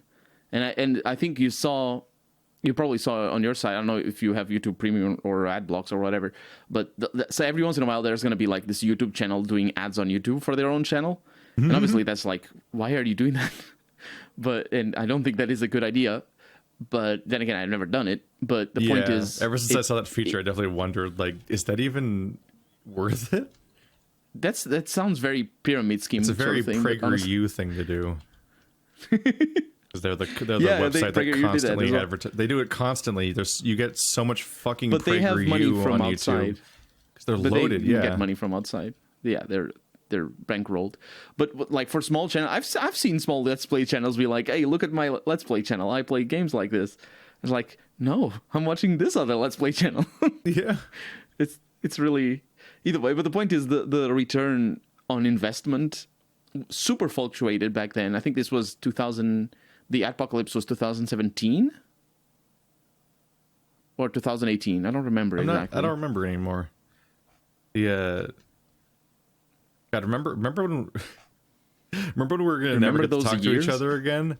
Remember when we were gonna have a wall built between us because you live in the EU and I live in the US, and there was this big scare about how like we were gonna lose all of our European viewers because they're going to lose access to YouTube or are going to have their own one or something because of copyright issues. And I never believed in those. Every wave of scare almost never actually happens. And in many cases, what happens is YouTube the platform lets misinformation disseminate amongst all of the different channels, because those channels will then will freak out about the potential loss of their entire livelihood and so on, and then they'll freak out their audience about it, and those audience members will then apply political pressure to the people making the choice, and then YouTube will be in a better bargaining position for whatever thing that they're trying to fight right now about the legal issues in a particular country and so on. Like that's literally what's going on over and over again. Is they let people be way more afraid of things than they should be. Like I remember when like every random YouTube channel was scaremongering about the kids content stipulation, when almost none of them was were such a non-issue always. Yeah, it was applicable It to was almost never an nobody. issue.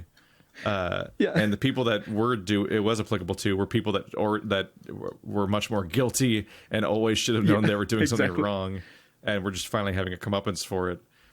But like everyone, like such a huge percentage of channels, like there was spreading lies about the idea that like literally all gaming content was going to be considered for children, and therefore all gaming YouTubers were all going to lose their jobs and so on. Like there was just so many waves and waves of it, and like always, it was functionally nothing, but also something that like YouTube was maliciously letting believe was happening, because they themselves want us to be afraid of the thing and apply the political pressure, because then they're less likely to, in that case, have to pay like a ungodly amount of money in their settlement with the FCC. Yeah, and they took it very seriously because of that. I think.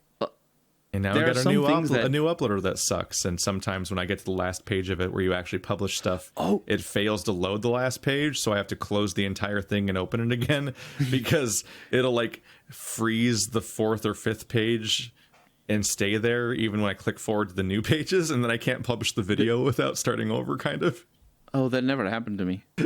I did notice that they made one improvement for the first time in all of my YouTube career. YouTube has made something better. It is something that they made worse before, but now they're getting better again. Do you remember? I don't know if you do it. You probably don't do it.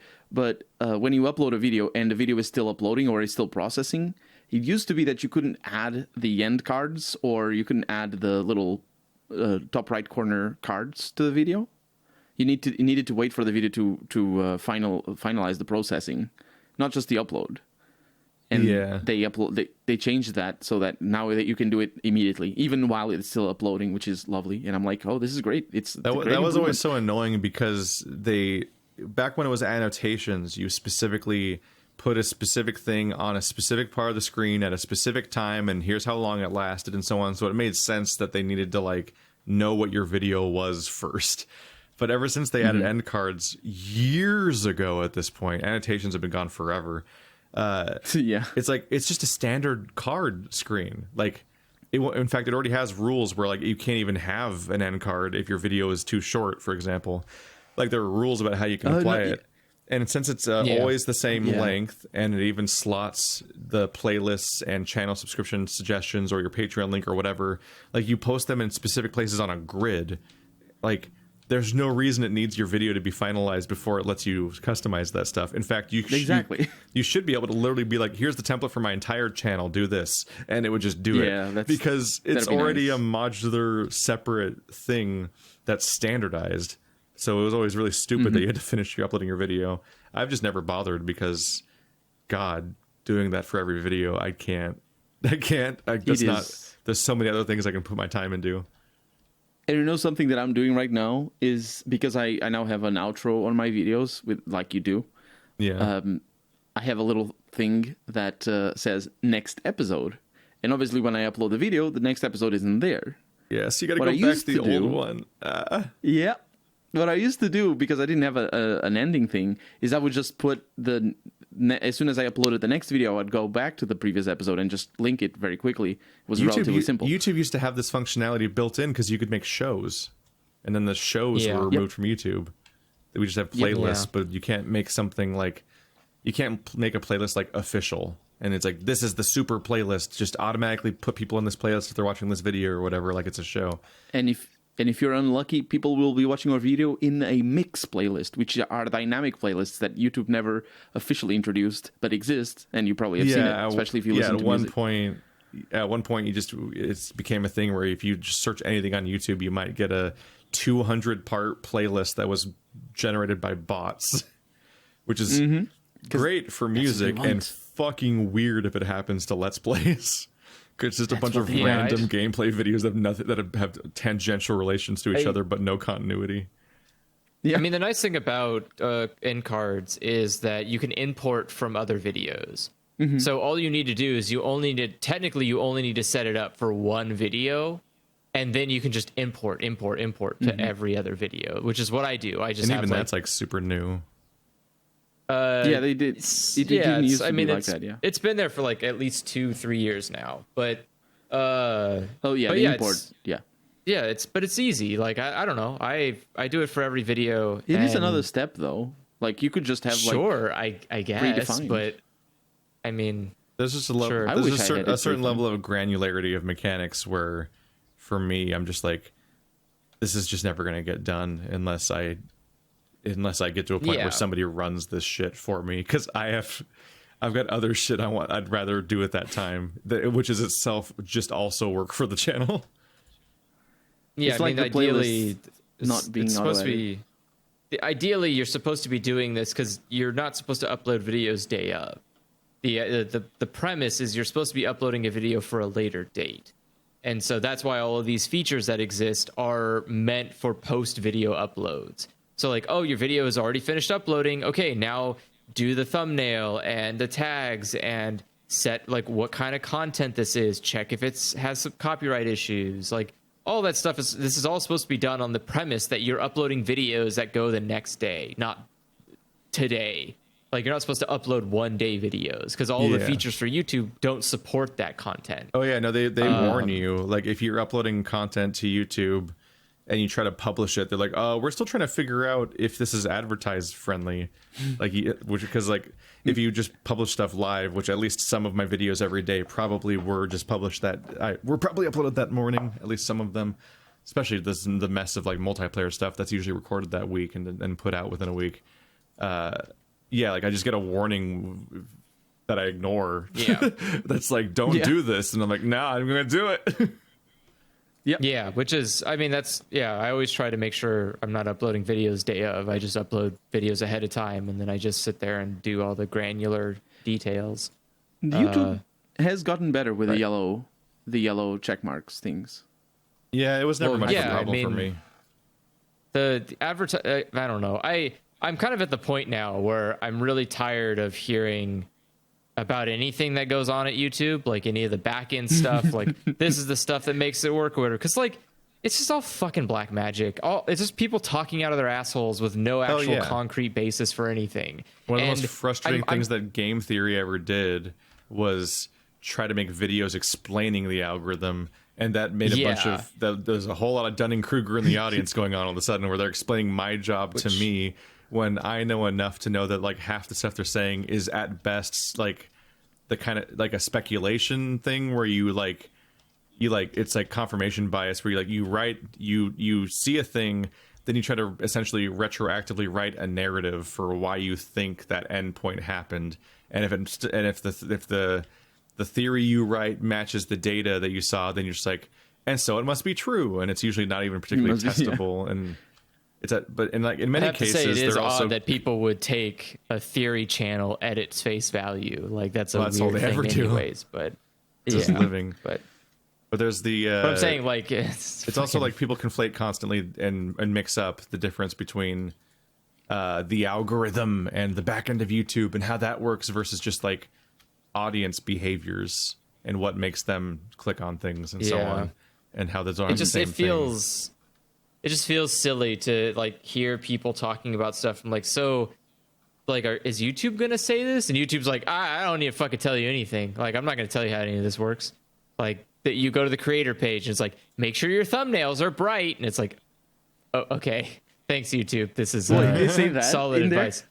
Yeah. Like if you go to your dashboard, it has like all their little like creator inside tips that are videos made by YouTube. and they tell you like how discovery works or how to build a playlist or things like this, but they won't tell you how it works. They just tell you like, hey, you should do this. And that's not like an actual admittance of how a function works. That's just saying like, I don't know, guys. Maybe if you made playlists, it would probably be better for your videos to get noticed. Hints. Just like how they don't necessarily. Yeah, it's just like how I don't think they explain to you, like, hey, you know how like people do video criticism where they show the media because of fair use and all that. Here's the actual rules for a content ID, and like here's how many seconds your clip has to be before you cut it or whatever in order to like like none of that stuff. Like you have to go find some fucking Reddit thread that tries to explain to you the nitty gritty of like how do I edit this video so that I can get through content ID and so on, because how the fuck do you do analysis of anything or criticism of anything unless you're just going to podcast about it with a blank video.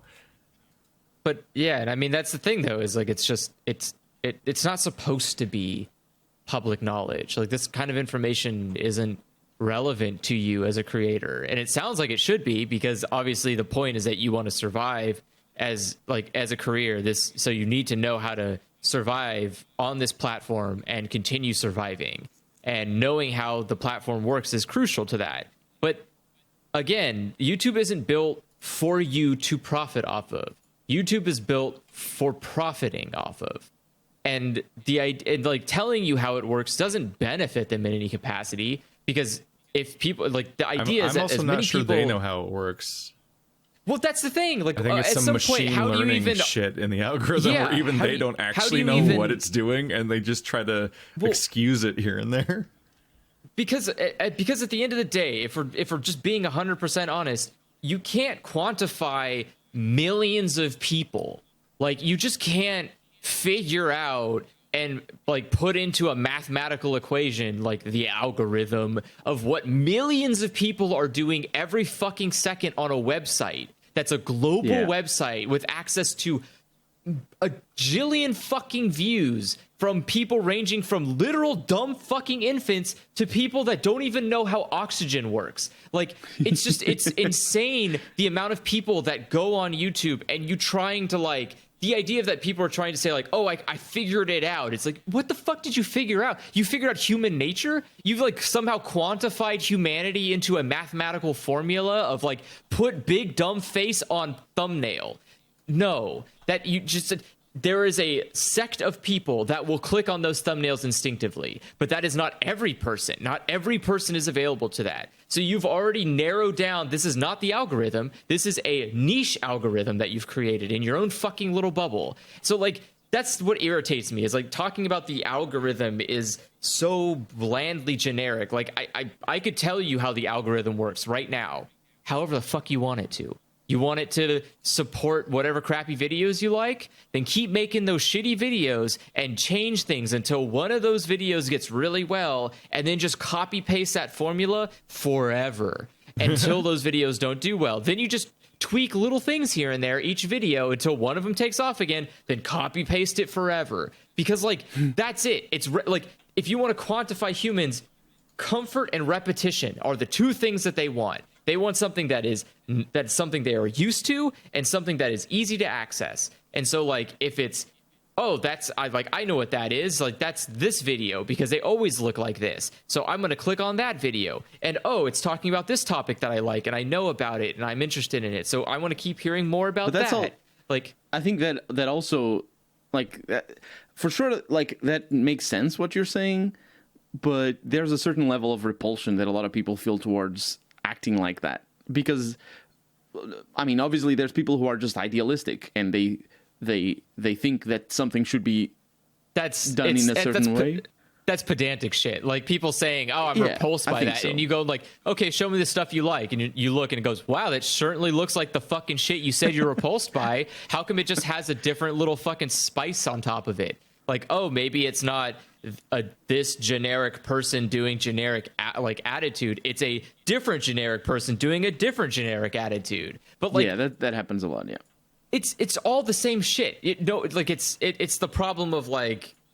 I was even considering my specific brand of like, whenever I recommend a movie that I really like, maybe I should just title it my favorite movie.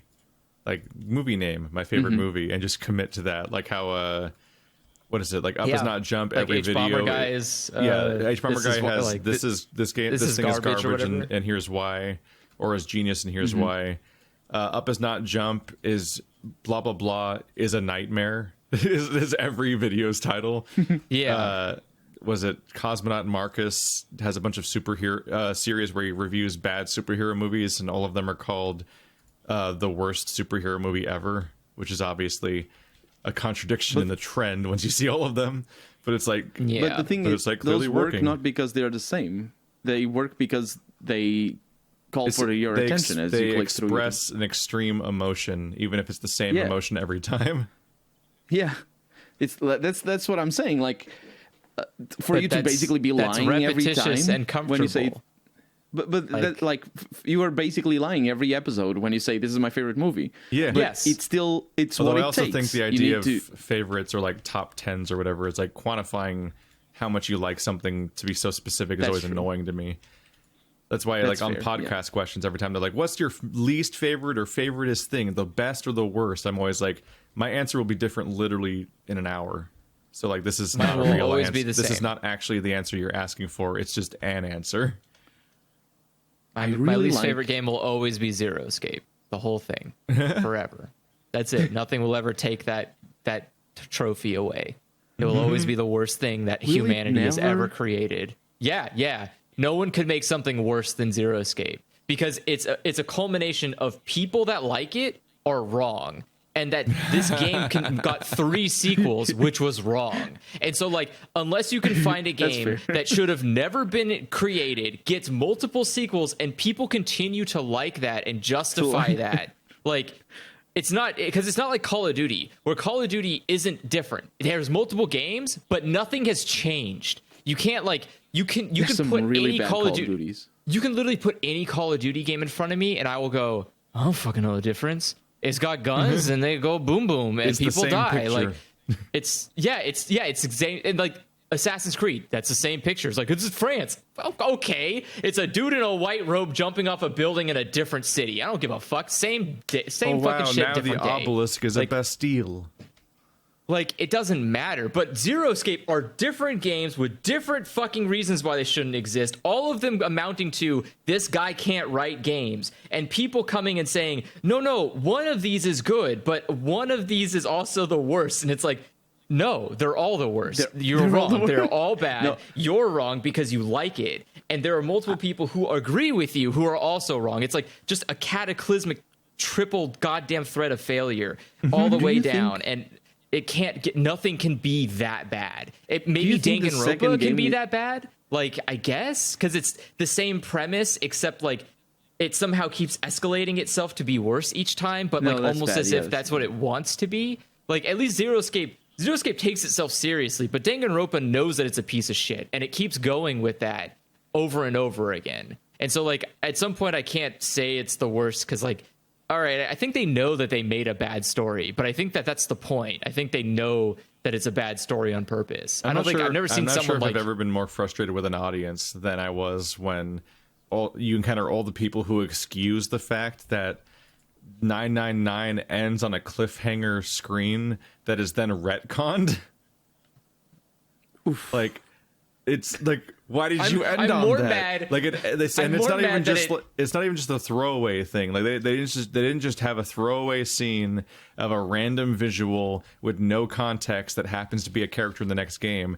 They set up what that character was for the entire first game, and then when she's a character in the second game, they retconned literally everything they ever said about her, and it was a huge waste of time, but she still looks like that and is called that and nothing else. And it's like, you fucking brought that up like 12 times. You wasted hours of our time, and then you immediately retconned it instead of just making it canon, you cowards. But then the audience is like, yeah, and that's why it's good. And like, how did anyone put up with this? It's baffling, and I have never in my life, and I've lived a pretty long life so far, have never seen something so upsettingly bad. Like, it's just unacceptable levels. I think the What? second game is worse. Upsettingly bad. That's literally known exclusively for how good it is. Like the universal acclaim that franchise had was appalling. Like the whole reason I knew what it was because Giant Bomb was excitedly talking about it on a podcast once about like, oh, there's this crazy visual novel with like a bunch of different endings where all the endings are canon at the same time, man, and it like sounded all cool and inventive, but it's fucking asinine. It's so bad. I hate it. I just want It's as like if Game of Thrones was famous for the 8th season, and people were like, no, the 8th season is a good one. You don't need to watch the other ones.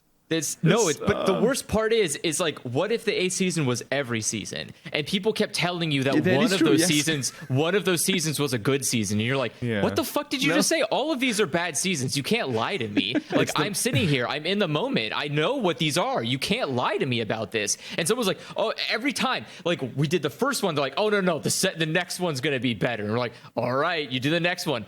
This is also bad. Like, no, the third one's going to be better. It's like, you can't trick me. I've done this. I've done this twice. Worse, yes.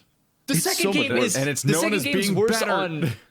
No, it's definitely people definitely think the second one's better than 999, and 999 is definitely better than Zero Escape. It's like on multiple levels, like Virtue's Last provably Reward. worse. I've never been more frustrated by a take that I heard over and over and over again since the fucking take that was, oh yeah, start at Mass Effect 2. Like, you fucking what? Skip the best game in the trilogy, you motherfucker? Say it back. Say it in reverse to unsay it. What the fuck is wrong with you? Yeah, stop when you install Mass Effect 2. Just stop. It's fine. Like, don't play it. Christ. I mean, it's okay to play it. But There's a lot of things I would use a time machine to fix the world with, and the first thing I would do is remove Zero Escape from the planet. Like, I would go back in time. Happen again because we wouldn't know better. No, I would specifically I'm just kidding. We haven't learned that from the mistake. He was rewarded for it. we don't learn. Yeah, that's true. Oh, not only was he rewarded for it, he got to like make a brand new game with the guy who did the next level of shitty, which is Danganronpa. Like, I cannot fathom the amount, like being in the room with both of those people must have been like sitting in a room. It must have been like sitting at the nuclear core of Chernobyl. Like, everything is just killing you. The first few episodes of Danganronpa, the anime. I was super into it, and then it was like halfway through, it's like, oh, I'm angry now. That happens with anime all the time. This is so no. The first few episodes of Danganronpa just as are like fucking irritating as 999 with the asinine twists that just they don't like. None of it is like, oh wow, it all makes sense now. It's all like, oh, you snap the whole story over your knee to force in a twist that you, in many cases, didn't even really like set up or plan for. You just like, wouldn't it be funny if I? And then you're just like, that doesn't work with the rest of the story. Wouldn't it be funny though? Danganronpa is like if you start a roller coaster, but then halfway through you realize that it wasn't fully built, and you're like, uh-oh. Like the whole beginning part where you're like, oh, this is really fun. And then you see like the part after you go up to the very peak of it and you're like, oh, wait, you didn't build the rest of the roller coaster, and you just fall off. Like, that is just how Danganronpa's story goes. You're like, this is a lot of fun. And I was genuinely surprised to find out they were made by different people. But it's both published by the same company, which tells you a lot about that company. Yeah. Which is like, it's just, anyways, I can't imagine sitting in a room with those two people communicating with each other about a story, because it probably was just toxic waste being thrown out at people in all directions. And I can't, like, someone probably cried in the writer's room trying to like understand what these people were saying, because I cannot fathom that if I worked with them, I would have to be drunk all the time, just drunk all the time. Are there any good visual novels? Yes, there's plenty of good visual novels. Like, there are plenty of good visual novels. Okay, tell me one. Arcade Spirits. Come on, Andrew. Like you can't Arcade just say Spirits. I guess that's a dangerous well to fall into, though, saying people like something, because that's how Zero Escape got played. People like Zero Escape. Oh no! Like, I guess I hear good stuff about Arcade Spirits. I don't know. I mean, the problem with visual novels is that a lot of them, and possibly even a lot of the good ones, they're just a niche product. So it's going to be difficult. It's going to be, first off, it's going to be dependent on taste. So if you like Yeah, more but romance or more slice of life, they're Well, still that's the good. thing, It's though, just- Some is of them that, are like- dependent on finding an audience that's never read a book before and doesn't know what writing Yeah. is supposed That to is- sound I was gonna like. say, like, Because holy the, shit. the problem there's two problems. One is that we are not the predominant audience of visual novels, which I mean, visual novels are not meant for Westerners. They are a very much more of a Japanese thing. All of the good visual novels you'll find are not translated in English for a very specific reason, is because they're long, good, and actually take a lot of effort to port over. But cheap, quick, and shitty stories like Danganronpa or Zero Escape are way easier to move over because you don't have to do as much work. Because if you, I don't know, well, we did. If you've read them, they're not well put together, and they're not intricate stories that require a lot of like depth and understanding. I think the genre as a whole is almost universally known for having, by those that will actually criticize them at least, for having astonishingly bad pacing, where it's just Yeah. like as much as Yeah. 70% of the script is just redundant reiteration of previous things, or badly explaining something inefficiently, or just like spinning your wheels and wasting times with like filler and so on. that feels like Reddit fiction. Well, it's also easy to make. Like, that's the thing. Visual novels are pretty low overhead. Once you have the Like- setup, the framework set up, you can just kind of just keep typing, and the character will just show up on the Yeah. screen with the dialogue, and it'll just go. Exactly. Your biggest investment is into character design, background design, and music. The story is so much easier to pump out once you have all the assets. You can literally make a story go on for hundreds of years now that you have the assets for it. And most visual novels just repeat the same shit. All right, we have the school, we have a day, night, and maybe a different version of the school. All right, and park, I wonder day, with night, a lot of these different games, version. like the non-indie ones, the published ones, like I wonder how many of them actually go through any kind of editorial process the way a book would, where actually more eyes are and people are like involved in the process of making it. It goes more into like typography. So the idea is like you're making sure that all the lettering fits properly. There's no typos, and dialogue isn't repeating. Is like Definitely the always only feels type like of someone's testing rambling those get. fan fiction that like they made singularly themselves and nobody else Yes. had input on. Well, that's the thing. It's like no one's going to critique the story. They're going to critique the foundation of the story. So they're going to say, like, again, they're just going to make sure that people can read it.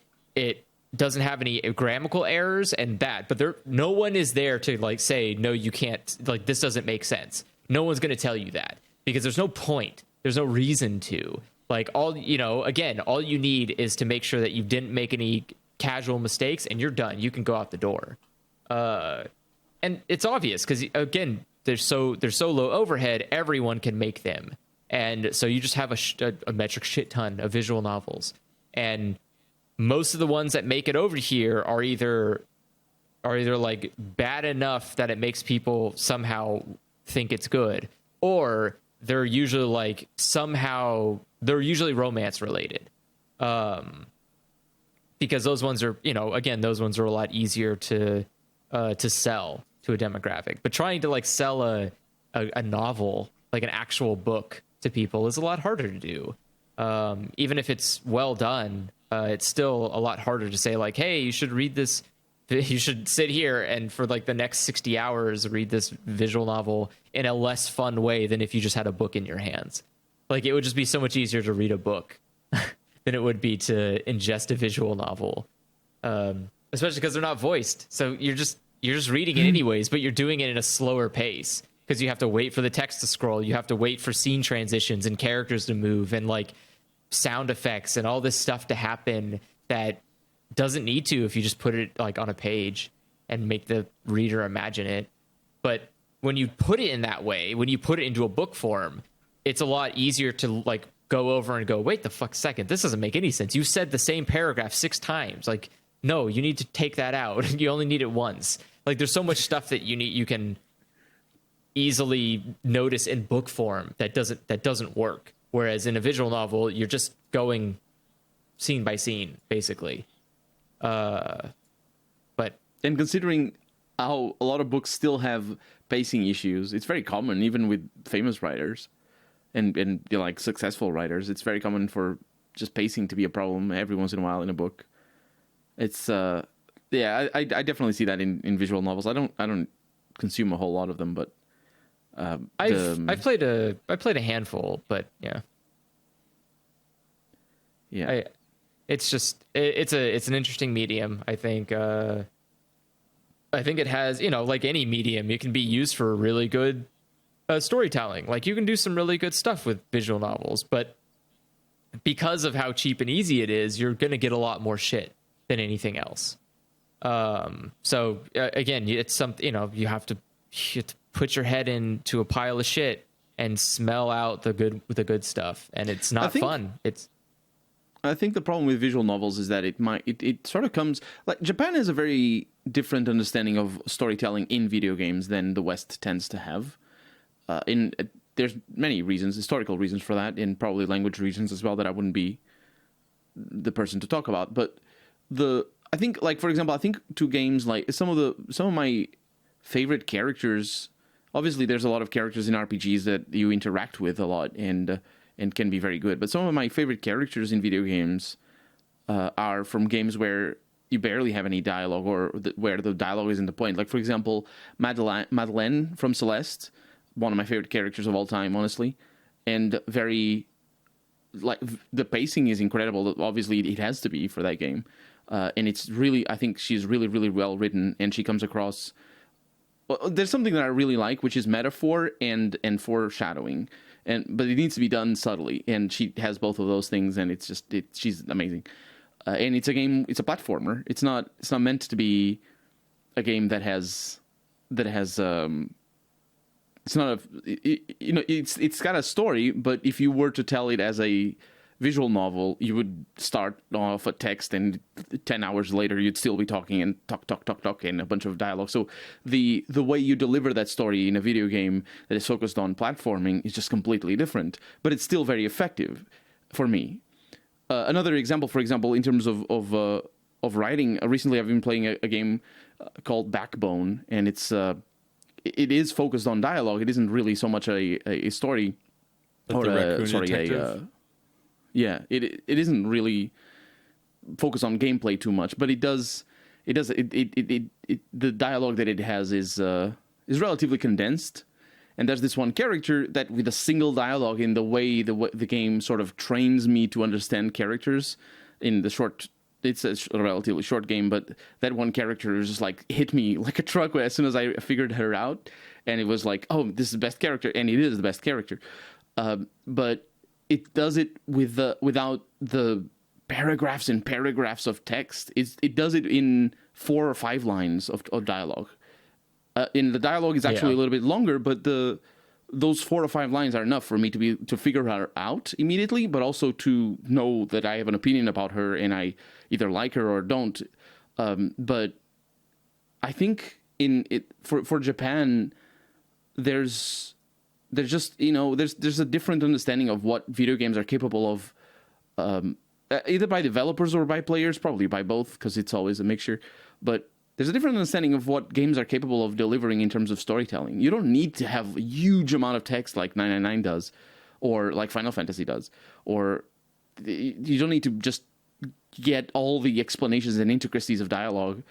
You can just have a character that is called a thing and does certain things and doesn't even say anything, and it's still delivered an amazing storyline, as long as you're creative. And I think that's the power of video games, really. At the end of the day, I'm sort of being waxing lyrical here a little, but it is very, very effective when a game does that.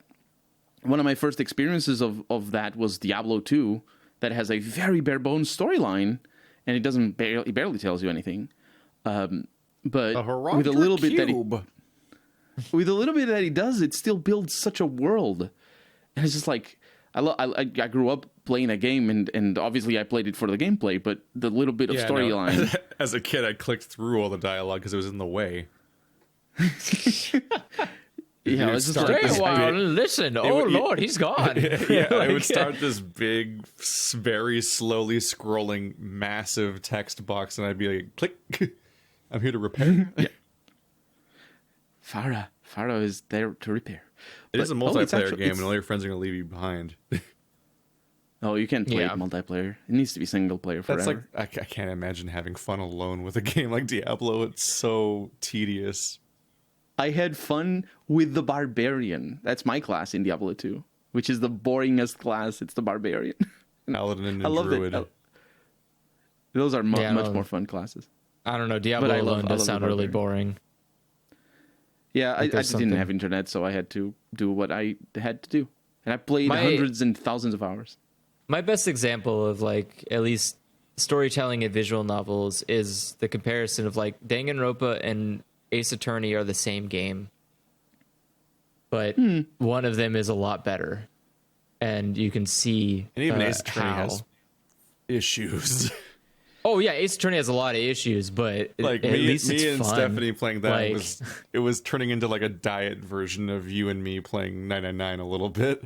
Like it's definitely not even in the same league at all of like problems, but there was definitely like, well, that's fucking contrived as shit. That's like Yeah, The deeply DLC just frustrating. escalated it. Or just as like well. various quests, various cases in those games also like have an issue where they just there's a really specific question you definitely want to ask about a really obvious seeming thing, and you can't ask the game, and the game just doesn't seem to anticipate that that's what you'd be thinking about or something, or like sometimes really basic details just Yeah. are not clear enough, and not because it's like that's the big mystery, but because they just didn't do it right or whatever.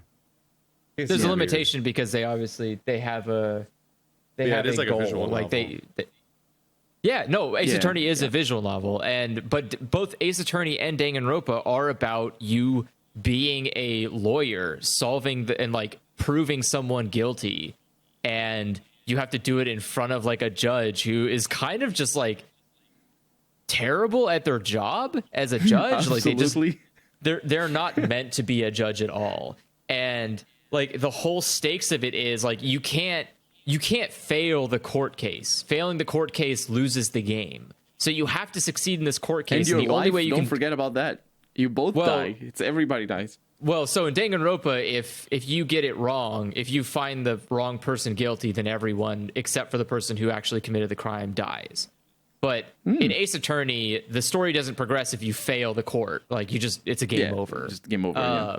But both games require you to do detective work, where you go around and look at places and go like, someone spilled coffee, and click the coffee, and it goes like, oh, do you want to take the coffee into your pocket? And you're like, all right, sure, and like move on with your life. To use as evidence later. But it's the exact same foundation of a game, but the difference comes down to presentation. Like the way that Danganronpa presents its story to you versus the way that Ace Attorney presents its story to you. And they could be fundamentally the exact same games, but because of that presentation style, they come off very differently to an audience. And like that's the strength of visual novels, is that you can have this, you can repetition the same story with different coats of paint, and people will walk away. Like some people who like Danganronpa definitely wouldn't like Ace Attorney or vice versa. There's not like an intersection here just because they're both detective criminal games. Like there are a lot of elements to either one in its presentation that makes it unappealing to somebody else in a different way.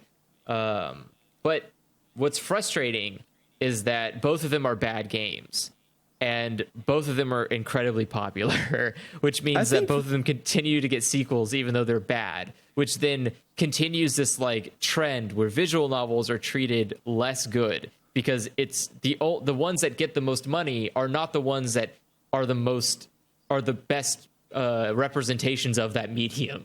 So I mean, Ace Attorney but at yeah. least Same thing understands like characterization and giving people arcs and going somewhere with your story and not snapping Yeah. over Sure. your knee for Well, 50 plot twists. I mean, one of them is made by, or is at least has oversight by Capcom. The other one is just fucking Wild West Chunsoft, doesn't give a shit about anything.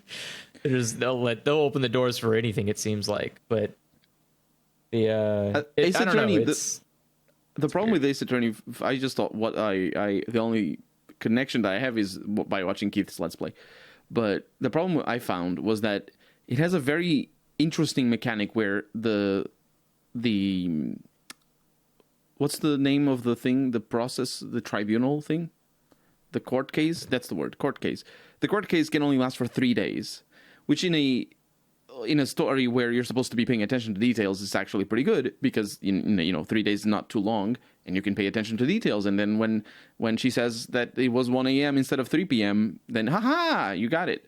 But then on the DLC, specifically on the first game, it just lasts forever. It's hours, dozens of hours of game, and it's 3 days. It feels like a pacing restriction that would keep the series tight until you realize that they can just make a day last as long as they want to, until the expansion case at the end of the first game is like as long as the entire game you just played, and it's like don't. And it is not better for it. That. It's not. It's definitely not better for it. It's also got, especially because some of the characters are actively. It gets into another problem where you start to get like less engaged with each case too, because you're like, okay, I'm gonna find out something on the third day that makes everything I've learned so far borderline pointless. Because like half the time the antagonist of each case isn't even met until day 2 or 3. You don't even get to see them or know they exist as a person. And it's like, oh, so I was just wasting my time. And it's like, on one hand, it's like that's the constant unfolding of the narrative that makes it somewhat more engaging. But at the same time, you're like, oh, I should just not be thinking that hard right now for like the first. But that's not how the first 80% case of works, each case. Though. Well, the first case was a tutorial with like one character, and the one character in the story, and the one character in the story was the bad guy. Yeah, not that one. The one with the clock. I mean, all of them are with the clock. The one with the statue. I mean, again, I'm sorry. You're talking about the murder case. Yeah, the murder case without spoilers. Because the first 2 or 3 cases involved a statue with a clock in it, I was actually starting to get mad when they didn't do it. Because I'm like, commit it. Make this the fucking statue clock saga, the entire first game. It's already weird it happened like 2 or 3 times. It's like one of those things where it's like, if I had a quarter for every time, I'd have 50 cents. But it's weird that it happened twice. Yeah, it's really fucking weird. Yeah, there was 2 different clock statues where they broke in a way where that tells you when they broke because the clock stopped moving, and it's 2 consecutive cases. I still think the first case was good. The murder case, all of them are murder cases. The one with a famous character, I think that first case was good. And then what they fell into the trap of is the 999 trap of upping the ante and just being like, and now you have a villain who's like connected with the mafia and whatnot, and it's like all these super things. You don't need to go there to tell an interesting story. Like, I don't know. I think it's an interesting story if you just talk about the plants. I think it was great when you had to interview a bird. That was a really good of bird. Yeah. Oh, interview a bird. Where was that? One of them it was the third case. It was one of them we have to the guy that worked the docks, cinema. Who's kid. Yeah, the guy that worked at the docks, who had like a Keith. parrot or whatever. Oh, that one. Yeah. Isn't it something named Keith? That's right. Yeah. But you had to like sit there and interview a stupid fucking bird in the courthouse. That was like, all right, sure. Like, but then that case had the worst thing, which is a very glaring character that you should be interviewing right away from the beginning. And they all do. Like, all of them have a very that you one was seem super very glaring. oddly suspicious, sir. But she wasn't though. She wasn't suspicious. And then not only was she suspicious, she was the one.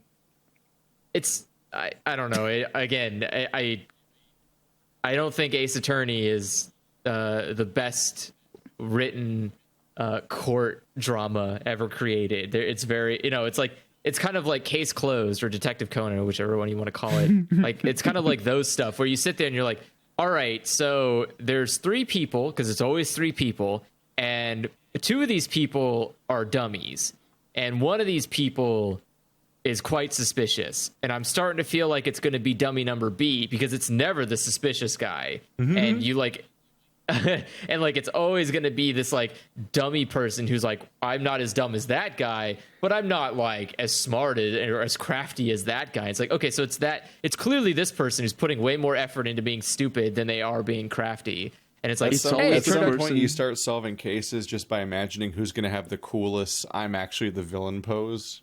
Yeah, right. Like you get some over-designed daddy character showing up on the screen, and it's like, oh, he's gonna have a super villain face. He's the bad guy. Yeah. Like you just look at the design of the character, and you're like, obviously they drew one. I think my favorite. went Oh, above go and for it. beyond. Cop Daddy. I think my favorite thing about Case Closed was when they started figuring out that they couldn't write a good mystery without taking away information from you. So like they couldn't before. They used to be pretty forward about, like, it used to be pretty obvious. Like you'd be able to look at the clues and go, oh yeah, I know exactly what happened here. But then they started figuring out like, oh wait, we don't have to give you clues. We can just fucking pull shit out of our ass and you can't stop us. And so like all of these cases now are just like, but like you didn't know about this information because like only fucking young boy Boomerang over did here happened to know exactly what this one piece of evidence meant. And like half the time they'll like he'll pick something up and go, but they won't show you what he picked up, and they just move on to the next scene. They're like, all right, I figured out the ending. And it's like, wait, what? I've been watching this for 20 minutes. What happened here? What, did I miss something? And he's if like, you're writing I a found detective this. story, or it's an act of cowardice to pick up a piece of evidence and then be like, haha, I've cracked the case, and then just not show it. Like you're so Yes. afraid that your riddle isn't clever enough and that the audience will just instantly understand what the answer is, and then they'll just be waiting for the episode to end. So instead you just withhold the information so that they can't guess what's going on, and then they're not actively engaged in the mystery, which is its own problem. Which is the worst, because that's like, because what that engenders is that people don't, but if you know, it's like, that's the problem with Sherlock. If you don't, Yep. if you know that you cannot guess, possibly, no matter how smart you are, if you know that you cannot guess what's gonna come after, then you stop caring about guessing. It's actually And that's his secret sister he forgot existed and imagines as a dog. Yeah, It's like in Zero Escape, where you literally could never in your life guess. There are points in like the second Zero Escape where you can't guess parts about it because it doesn't make sense. Like it doesn't make sense so much that there's no way that you could figure it out, even when the hints were there. Like even the little hints they gave you, you can't figure it out because it's such an ass pull that you're like, oh, what? Wait, what? Wait, what? What do you mean this is what's happening? And like for me, yeah, the second game, I hate that. There's so many reveals in second that game for game me, where you get the answer and you're like, yeah, but why? for me, the one that takes cake I still is don't know how fucking killing children was going to cure face blindness, but no one will ever answer me. And apparently, it's just fucking. I'm supposed to just take that at face value. Like I'm not supposed to question this at all. the thing that takes the cake for me is that robot dude that you guys called immediately was the robot dude. None of the characters thought he was a robot, and then when he shows up as a robot, the actual reveal is an even zanier thing where it's, I don't remember exactly what it is, but it's like the twin brother of a puddle of blood on the floor or something. I don't remember. It was somewhere, because the second game involves. What the hell are you talking about? You're talking remember. about. Remember the robot dude in the second I know game? who you're talking about. Yeah, you're talking about the guy that was in the suit of armor. Yeah, no one's a robot. Yeah, no one's What a is he? robot. He's not No, a robot. he Yeah, was- but that no, This is a he character was, who's in a suit no, of that was a armor robot. because his face is a reveal.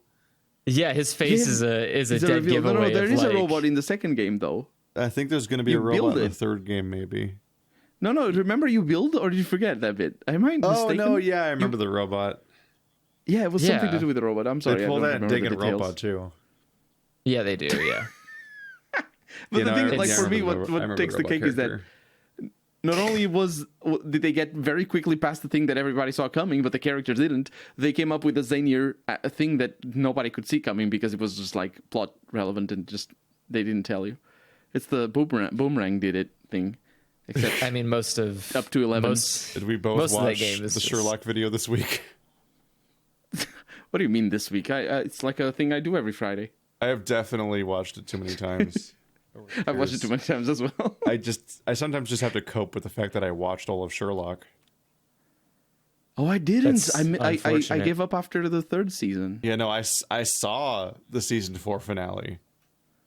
Oh my I somehow God. kept watching, even though I saw the special between season 3 and 4 that was entirely dedicated to their own fucking, like, they dug themselves this stupid ass hole where all of season 1 is foreshadowing Moriarty, and then all of season 2 is Moriarty, and then Moriarty is gone, but then season 3 and 4 still try to be about Moriarty, even though Moriarty is already gone, and fucking the season 3.5 special or whatever was entirely about Sherlock solving the mystery inside of his own head via a dream, whether or not Moriarty was back, and the conclusion was that he's not, which is the biggest fucking plot cul-de-sac waste of time bullshit, is to be this obsessive over a character that's already dead and constantly bringing them up over and over again, and then just having an entire fucking hour-long special between seasons that's just dedicated to confirming the fact that yes, he's still dead, which shouldn't be a question we even had because we saw him die, but you just won't fucking stop for some reason.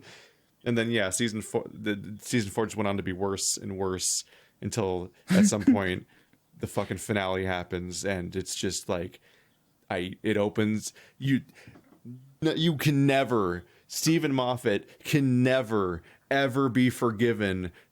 I'm not even gonna talk about the fucking like the shit about how like, oh, secret sister you forgot existed, and a friend that you forgot and he died tragically, but you imagine him being a dog or whatever the fuck. Like that's some asinine shit. But what's way worse than that is the fact that the finale opens with a cold fucking open that isn't real. The entire cold open is this captivating image of a little girl alone on a plane that seemingly is going to crash and everyone is unconscious, and the fact that that entire scenario literally didn't exist is unforgivable storytelling. You can't just lie. That's like when trailers lie and then you go and watch the movie and it's nothing like that. It was just it's like the trailer for telling a Rogue story. One that's entirely scenes that aren't in Rogue One, but it's actually the cold open of the plot. It's like as if the fucking train episode of the fucking Breaking Bad opened with that kid getting the scorpion and then it just never comes up again. As opposed to being the fucking resolution of the episode later. Like, the cold opens are supposed to be so fucking important to episodes, and having the cold open be a lie is so fucking stupid and actively insulting. But that's the same show where just one season earlier, they had an entire cast of characters that were just there to make fun of the audience for wanting to engage with the mysteries. So, fuck that show, I guess. Yeah, I don't know. I dropped Doctor Who midway through Moffat's run as well. Because I just like there's a certain quality to his writing that I appreciate, because he's very capable of writing meaning to, well, it's not meaning, but it's like, I think, well, I don't know if I don't even know if it's his writing or director or whatever who writes it, because you know it's a huge team, so we never know. But I like the allusion to themes, and then that he does that in Doctor Who, and he does that as well in Sherlock, which is like he'll plant some ideas in the dialogue, and then come back to them later on in the episode as a way to sort of bring it all together. And while they don't necessarily work very well in a mystery series like Sherlock, because you're supposed to have clues, not ideas, it's not about like themes and ideas and words that they mentioned. But I think in Doctor Who it works a little bit better because it's more of a fantasy story and an adventure, so it works a little bit better for them to be. I'm trying to come up with examples, but I can't really think of one at the moment. The dog is one of them. You mentioned the dog. It's what he does. It's the way for those who didn't watch Sherlock, the way it works. This is a little bit of a spoiler, but it isn't too much. We've already spoiled the shit out of it already, so it's too late. Yeah, but the way it works is the reason why the dog shows up on camera is because somebody saw the word hound being written in a t-shirt. The Hounds of Baskerville. Yeah. And you see how that sort of like manipulation of perception and reality can be is done in that case. In case of Sherlock, is done on camera and to a character. But Moffat does that a lot to us as viewers, and I like that. But the problem is Moffat just thinks that we care about the things that he comes up with instead of caring about interpreting the things that he has already shown. Because I think that's the issue with a lot of mystery writers, and a lot in 999 in particular is that case. It doesn't matter the justification to the story. Like if you show somebody like an old person walking a dog by themselves, and that old person has I don't know, has a missing eye. It doesn't matter why they lost the eye. We don't care. That's not what we want. What we want to see is, oh, look at that person with a single eye walking their dog and they're old, and what are they going to do? That's the interesting aspect of storytelling. Explaining what happened is not interesting. But the problem is, for writers, that's the most creative aspect, is the explaining. That's where you really exercise your creative muscles. And so, especially for famous writers and writers that get given leeway, like Kojima, I'm going to exercise my creative muscles. And so they write backstory, they write contextualization, they write twists. And those don't matter because anybody can come up with a twist. It's the interesting situation that matter. It's stuff that it's like that's why short movies are so rewarding to watch every once in a while. I say every once in a while because I only watch them every once in a while. But because they're decontextualized from context and they need to build it all on the spot, it's all about exercising the situational storytelling. And I think that's, especially for mystery, not mystery, especially for adventure, it works a little bit better for Doctor Who, but not so much for mystery. That's really cool to go with. It's when Doctor Who has to beat up some mannequins with a mannequin hand, and it's goofy and it's weird, but it works on the moment. But you don't need to explain it later on. That's the first episode of the comeback, I think. Run for your life. That's what Run for your life. Does he say that? Yeah. It says, it's Christopher Eccleston meets Rose, and he's like, what's your name? Rose, run for your life. It's like the first thing he really says. It kind of characterizes that run in general. Mm-hmm. That was an interesting season, in part because I liked it. The second half of the season is them revisiting the locations they saw in the first half of the season and seeing the consequences of their own actions in many cases, because the plot keeps going and like those people keep existing. And so, like, it seems like a fun, wacky tourist attraction of just a bunch of different adventures for the first half. And I think if it might structurally be a thing where in the middle I think they might have the two-parter halfway through the season with the gas masks, and then I think after that they revisit the locations they went in the first half of the season to see the fallout of their actions, essentially. And it's a really interesting concept that almost never comes up again after the first season. And you're like, oh, that yeah, it feels very different than one. It can also sometimes be a little bit of a downer, because I don't know. I feel like there's a lot of situations that probably don't result in good outcomes. Yeah, but it's just a thing though where you can have a more interesting through line for the narrative, and you can have economical show making because you get to reuse the same location. Yeah, because it's obviously a sci-fi show and it's massively expensive in that way. They tried to revisit it more recently with a character played by what's her name from Game of Thrones. I think her name was Nobody in the show too, or something. I don't remember. Maisie Williams, played by Maisie Williams, who played Arya Stark in Game of Thrones, and she was a character who I think she ends up achieving immortality, essentially. So it's less that they revisit the same location and see the fallout, what happens. It's just that she lives for so long, she ends up coming up in other storylines later on unexpectedly, and then the fallout of what happened to her is felt in a more interesting way. And so, some of those storylines can be interesting. Yeah, I remember that character. Yeah. It's like how I think River Song is a really interesting idea, at least. A character who dies in the first episode she's in, essentially, or kind of dies. And then every time you see her, we're seeing her story in reverse. So it's like all of the episodes of her show are playing backwards while our show is playing forward. And so she keeps getting younger, and she goes from being the person who knew everything and had all of the power in the situation while the doctor didn't know what was happening, to the reverse eventually occurring. And you see her origins while our character now knows everything. And that's a really cool long-term storytelling device idea. And I think that's mostly something you would credit to Moffat. But at the same time, it's, as somebody who powered through all of Moffat and also is currently powering through Chibnall, God, Doctor Who is just such a grab bag. It's way too drawn out. The River Song story is 2 episodes.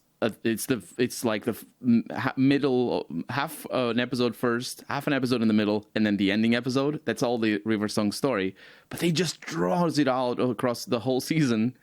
And there's even like an epilogue episode and so on. But also there's many. There's just basically no matter who's running it, there's so much bad Doctor Who in between all the good Doctor Who. Yeah. And so like even on That's- rewatch, you're like, I'm gonna revisit all my favorites and so on. And like the good stuff can be so good that it feels worth it, but it's it can be very like a final season of Black Mirror. Yeah. Yeah, it's like any season of Black Mirror where you're like, okay, I liked 1 and 3 and that's it, and the rest of these could just go in a trash can for all I care. And like, that's my biggest gripe of Doctor Who was always just there were a lot of episodes I liked, but boy, I have to trudge through a lot of bad episodes to get to them. Yeah. And there's a lot of like, I don't know, like personally with Doctor Who, there's I think all of the best episodes are the ones that take advantage of the situation, which is like, this is a guy who can fucking travel through time and by all accounts knows everything. Like to an extent, he is like omnipotent because he like kind of just can be anywhere at any time and have context for anything he wants to.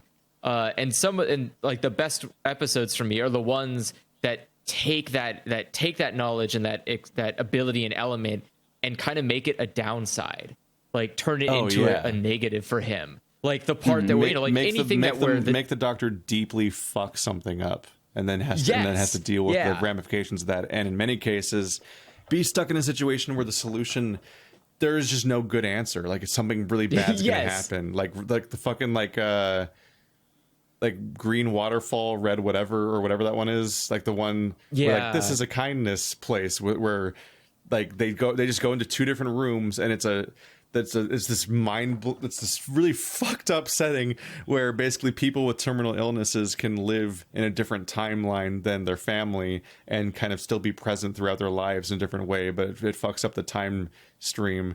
And like they just casually go in, and because they're like fucking Doctor Who, the Doctor treats these adventures like I treat Let's Plays. Like, let's just go in blind and have an adventure, and that has such deep ramifications because suddenly you have an Amy Pond that has been here for 40 years, and like you reflexively want to go back and fix your mistake, but if you do that, you're killing this Amy that has lived for so long, surviving in this complex where you abandoned her because you fucked this up so badly, and like that choice you have to make.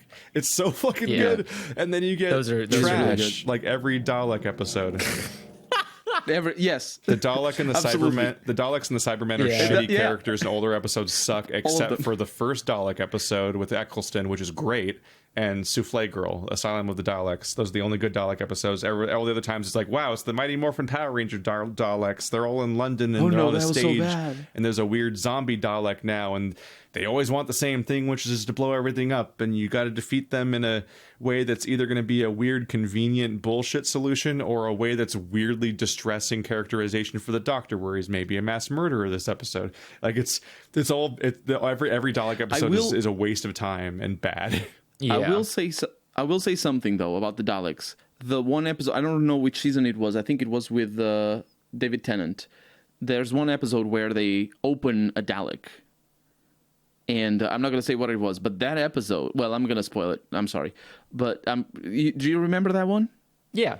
I mean, they open a lot they of open Daleks. it up, and it's got the little, like, shriveled thing the actual Dalek. Yeah. I think that is a formative episode for at least for my commentary on certain games. Because if you observe a lot of fiction with aliens, they're always naked. Not always, but a lot of aliens are naked, unless they are humanoids, in which case they're not. Or they might be, depending on what we're. I don't know. Cybermen are pretty naked. Yeah, I mean, no, it's what I'm. Cybermen are not naked. They're not naked. They are. They're. Yeah, aliens without clothes actually on. aren't. Aliens tend to be clothed in Doctor Who. Like but the humanoid aliens like the tend to be police clothed. from Jadoon. If they're human, I think the thing. What I'm saying is, like, you know, when you think they of speak the do re mi fa so latte do language. Think of all the non-humanoid aliens in Star Wars, and they're always naked. They never have things out around them. That's not true. Jetster, whatever his face. He's got plumber's crack. He's got to pull it up. Yeah, he is. He's wearing I never watched pants. Star Wars, so I'm thinking Jabba the Hutt or. Jabba the Hutt was literally a never slug. watched Star Wars? How do you put Okay. clothes on a slug? No. So I was gonna say, like, what are the naked aliens in Star Wars? It's like it's just Wookiees? Chewbacca. Yeah. It's just Chewbacca. Wookiees are not and naked. Jabba. How are they not naked? They don't have clothes, belts do they? on. That doesn't count. He's wearing something. Jabba the Hutt wears nothing. If anything, But that makes it also- kinkier. But also, Jabba the Hutt is kind of like a pervert. So this might just be his fetish. Like, we have no Yeah. idea. He's dick picking everybody. I don't know. Like, But- you have whatever. What was that guy's name? The fucking guy from episode 1 that did the pod racing, who walked on his Sebulba. arms. Yeah, Yeah, so he was- Bulba he had, wore had clothes. clothes. Yeah, he wore clothes. Like, most things in Star Wars has clothes on, unless it's like supposed to be disgustingly ugly. Then it's usually naked. Okay, Like, yeah, that's then corrected then. Yeah, I can't think Like of any Jabba the nude Hutt aliens, or- honestly, besides those two examples. But I think for the Daleks, the thing is that it's sort of it's unreasonable to expect people to assume that a Dalek is the actual frame with a weapon. But the series plays it as if people assume that the Dalek is the actual frame with a weapon, and then the reveal works because they open it. They Oh, could that's just think the they're Dalek. like robots. I was kind of hoping. exactly that. Yeah, but I was kind of hoping that they were not. I was hoping that like Daleks were just Time Lords that lost their powers. Like they're just a bunch of like Don't give 'em last ideas. last. But you know, like they're just That's Time Lords that that don't shit have. They have. 35 it's too seasons in. circular. But it's but too they have circular. nothing. But aren't they the reason that this whole shit show They happened are. with like the Time that's why Lords there's- being locked away? Like it would be But so. that's why it's circular. You need to like if you're yeah, gonna justify the time story. is circular. That's the whole point. Nah, Like I time think it's is a lazy. loop. Like it's. I think it don't would be know. lazy for them to Final to justify season it of like that Doctor because Who, he but then- regenerates but- into the first form. But I'm saying, but I'm saying, like, then it makes it more like then Doctor Who's killing his own people. Like he's going around and he's murdering. he killed his own people He's not already, supposed didn't to be they? killing But anyone. no, God he damn didn't. it. He didn't murder any of his own people. He stuck them in a time like They're a in a time painting hole. or some Oh shit. yeah, Yeah. but that's Moffat's They're- justification. That's Well, not but how the but, most I of mean, the he series just- treats But it. they didn't die. He just put them in timeout.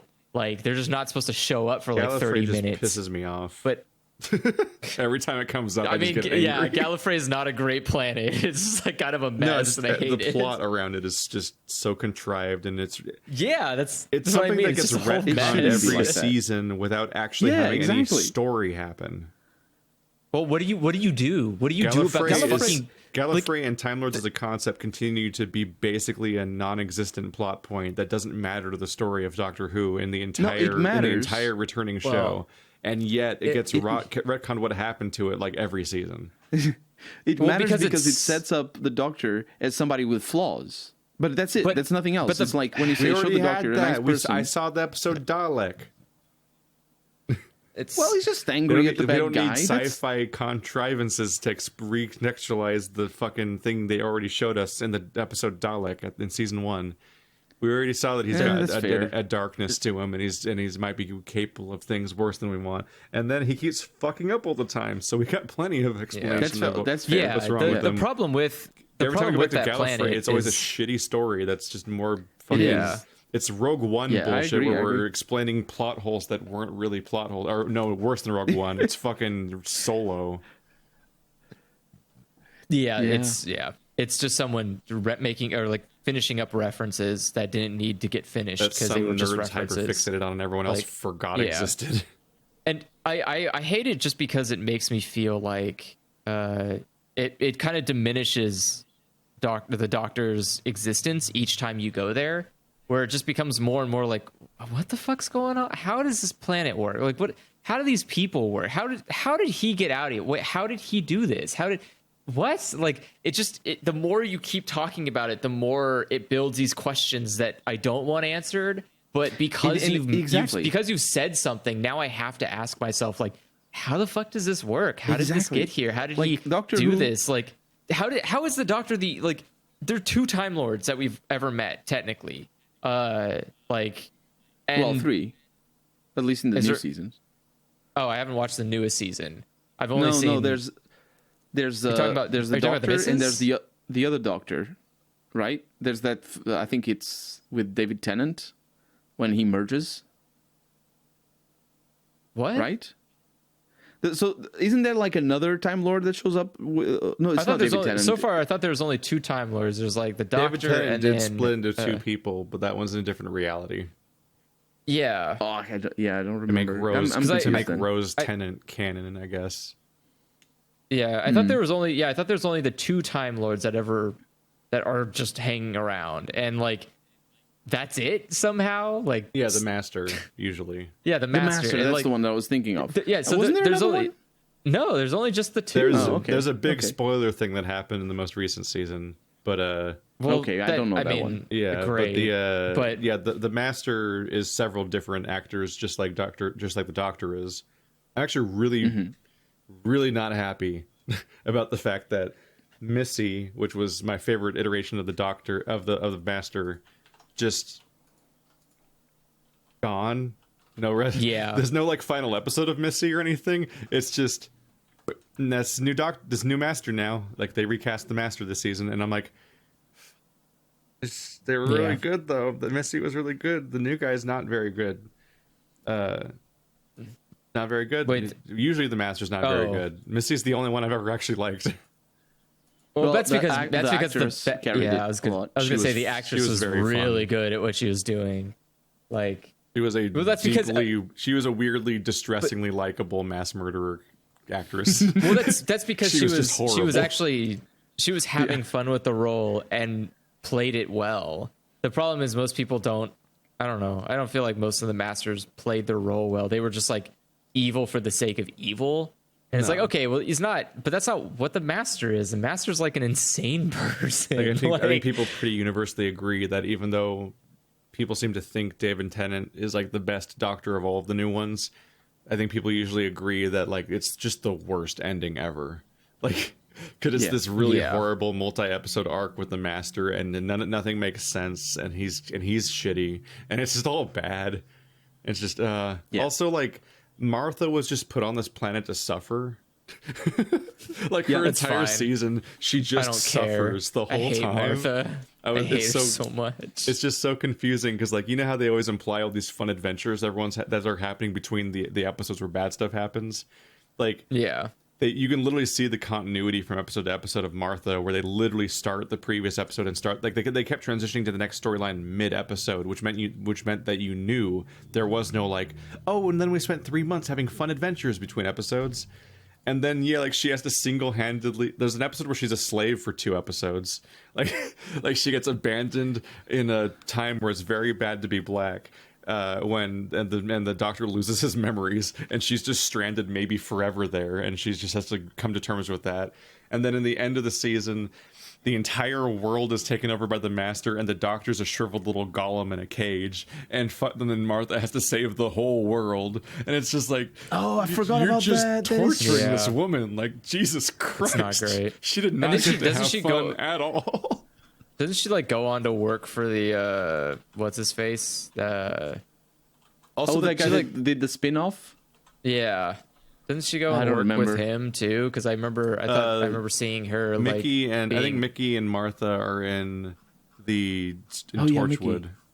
Yeah. Yeah. Yeah. Didn't So she like Martha join goes on Torchwood, to which be is in more Torchwood, like, yeah. what are you doing, girl? Go home and sleep. Like, God, your entire you have life such has a been hard like life. uprooted. Like, Also, the Doctor keeps taking black people to times where it's a really bad time to be black, and then being Well, I like, don't think he's then like 10 minutes in aware. being like, oh no, oh geez, what have I done? Like it happened with Martha, it happened with Bill, and it happened with the newest guy that's gone now in the newest season Well- because they went to they did Rosa Parks, and it's just like, what are you doing? I think What are you doing? He's gonna get killed. I think it's just a really easy plot to write. Where you're like, oh, what if we took the African character to a bad time in history? And you're like, but the so thing is- most times in history, and it's like, yeah, like, oh, okay, why don't we just go There's to a an certain- alien planet or something? Why do we gotta? There's don't a certain utilitarianness to the writing, though, because obviously, I mean, it is you're- very you're gonna- convenient that the Doctor is white in almost every incarnation he's ever been in, so he really gets to avoid a lot of these problems. yeah, It's just I don't know. I've always found that weird. It's always a weird thing to. We're generated into anything, but it's almost always a white person from England. Yeah. Or the UK. Because there's like some Scottish in there. Is there some Scottish? Oh, yes. Early on. Yeah, it gets in there.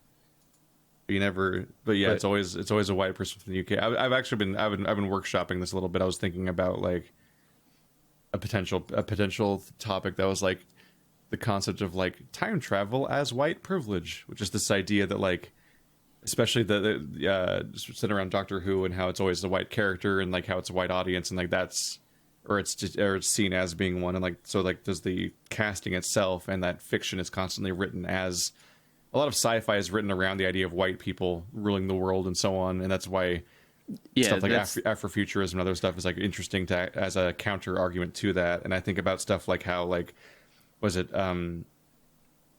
Whoopi Goldberg specifically like saying yes to and wanting to be on Star Trek because as she put it, there are no black people in the future. Because when you watch sci-fi at that time, mysteriously black people have vanished somehow. Like they just don't exist. And like it was kind of a big deal that there were 2 black characters in the main cast of Star Trek: The Next Generation.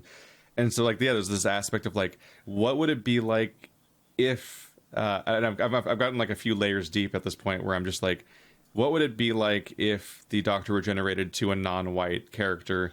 But then I was also thinking about like if they were going to like, what would it be like if they were generated to be like an indigenous character?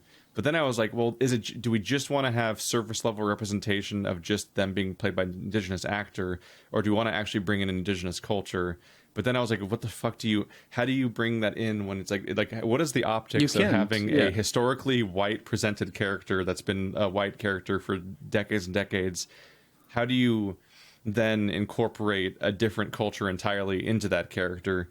And I have gone like the layers deep of like, what if they were like, because there's always like the contrivance around like the regeneration and how exactly that happens. And I was like, what if you had the Doctor intentionally plant themselves in a culture in the past, like when they're going to regenerate, and they intentionally remove their own memories, and they essentially have to live like 20 years in that society as a member of that group and grow up there as it's like from a child and so on, and live that way. And then you'd have some sort of storyline where they find the TARDIS as a coming of age thing and regain their memories, and like a hologram of the past form of them is explaining like why they did this and what happened and so on. But like that's the closest I can think of like even being able to incorporate an indigenous culture into the character and have that matter. I feel like kind of the strength of Doctor Who, or I feel like the strength of the Doctor is that he doesn't have a culture. But he does, because he's so British. He's British. But he's sort of, British. kind of, but not he's always. Like he's always British and really tied to their culture and talks like them and makes references and so on. And like they read Harry Potter and all that. Like it's all built into their character that they're aggressive English. But I think more than that, technically he's cosplaying. Like he's not from But he's been doing Britain. it for longer than anyone's that's the ever been justification. alive. But that's the justification that they give in the text. It's not actually what happens on screen. On screen is just another person that is doing things and has magical powers. And that's it doesn't even have magical powers. That it's ultimately a show written by English people, and so that's why the Doctor's English. And so the problem is that if you wanted to actually represent any other group of people, you'd also have to deal with get past the nepotism of the British Broadcasting Company and actually replace the writing and directing staff with people that would actually do anything different with the show. Well, that's why there's another aspect to it. That's why you have such a thing as like fair use. Is like that's why you need putting stuff into the open. What is it called? You wouldn't be able. It's going to be a few decades until. Well, the Doctor it's like becomes that. It's like Sherlock, where like Sherlock can be anything. You know, but Doctor at some Who point. is too young still. But yeah, I don't. I mean, they just recently did. Because what? I think Lupin just went to the. What is that called? What is it called when it's public just like domain? it's Public domain? Public like, domain, that's the one. Yeah, I think Lupin just went to public domain. So there's a show now on Netflix that just came out for Lupin, and Lupin's black, and like that's cool. That's really neat that he's not just a white French guy. All right, cool. Lupin Like, the Third, like that stuff. no, something Lupin the else? Third is actually copyright infringement. Yeah, that one is the 70s specifically. Yeah, Lupin the Third. He had stolen the name without getting permission to use it before it was Oh. public domain. I don't and think they I know couldn't what stop Lupin him. is. Lupin is a French thief. Oh. It's a It's from story the- about It's around Tintin and there's a bunch of comic books from that back time. yeah. But the idea is basically it's a great thief that goes around and steals priceless artifacts, and obviously can't be caught. Whatever. Lupin the Third is just taking that and bringing it to like a more Japanese centric extreme. So you have like Zenigawa, who's a Japanese guy, joins Interpol, goes around and hunts the grandson of Lupin, who is half Asian, and his team is made up of like one white guy and a samurai and a half Japanese woman. And so like, it's I guess technically that's different representation of a previously white character, but but that technically wasn't okay. Like he had stolen the name and everything, so it was a big problem. Just but going this back to yeah, go for it. no, finish. I'm sorry. Go ahead. Finish the. Oh no, I was You're just talking saying about I just the like the idea Netflix. that like now that Lupin's in the public domain, someone decided like, okay, let's change Lupin, let's make him a different person. Like from a different background with different I think he's still technically French, but he has a different culture about him because he's not like white French, which is which Especially for gives France. you yeah. Yeah. I was gonna say, yeah, especially it's for something France, that it's matters very a lot different. for right now. Yeah. And so so I think like Doctor Who would, in that regard, like you're not going to have a really good, interesting representation in Doctor Who until it becomes public domain. And then people can be like, yeah, but what if the Doctor was like Native American? And it's like, it's going to be really hard There's for him something- in some time periods. There's something that needs to be come to terms specifically in regards to Doctor Who that doesn't necessarily apply to singular characters like Sherlock Holmes or Lupin. Colonialism. Yeah, exactly. That is something that is sort of very intrinsically related to time travel, the way Doctor Who does it. Yeah. Well, That I mean, also Time Lords are not good people. Like, it's just Also that, yeah. Like- But the aspect that you are as a sort of like it's so Like- intrinsic to the notion, to the basic premise of the show, that you have somebody that goes around not just the world, but around it's a every British time. coded white person that is touring a bunch of cultures that they help destroy. Well, yeah. Also, that's not and true. then they help He never fix, went there's to also the- India. Yes, He does go did. to India. Yeah. Did he? They specifically go to partition India in the modern Doctor Who, Yeah. Yeah. and they The- do but have like- the interesting thing because they have an Indian character in the main Wait. cast, and so she actually is yeah, encountering that's the right. story of that her grandmother would tell her, but the real way it happened. Wait, when did that happen? Oh, is this like current It's season the stuff? next- I think it was Yeah. called The Ghosts of Oh, okay. Punjab or something. Okay, well, when I watched it, he hadn't gone to India yet, so I'm It's sorry. Yasmin, right? That's that was a thing. That's unfortunate. Also, that's really unfortunate because now it is just like, all right, bud, you're just you're just kind of like walking through the Oh, you're, demons like, of the Punjab. Disneyfying. Yeah, you're like Disneyfying the bad parts of the United Kingdom. But just to deconstruct that thing about the traveling throughout the all time and space and just going there to save the day and all that.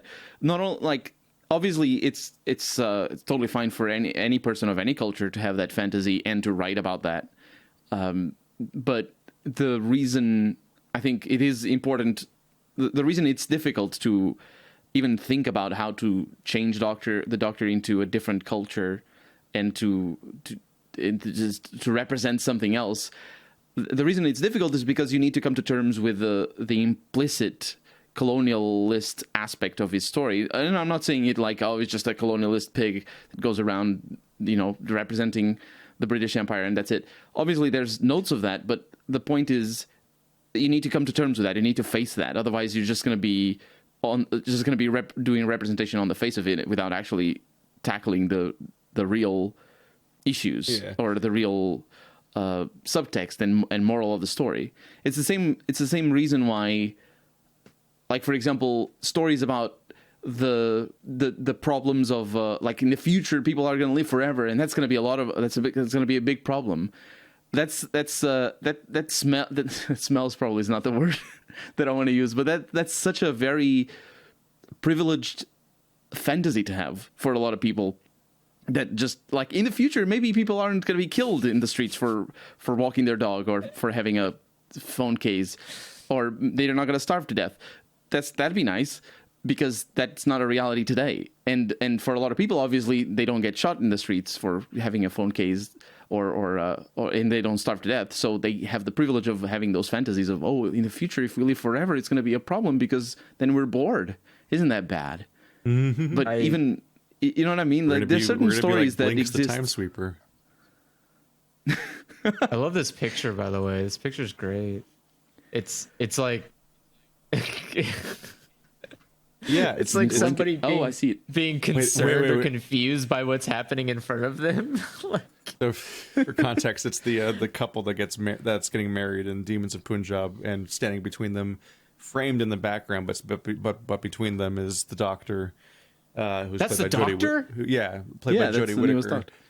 And the I thought that was one of the people that he brought along. No, Jodie Whittaker is the current doctor.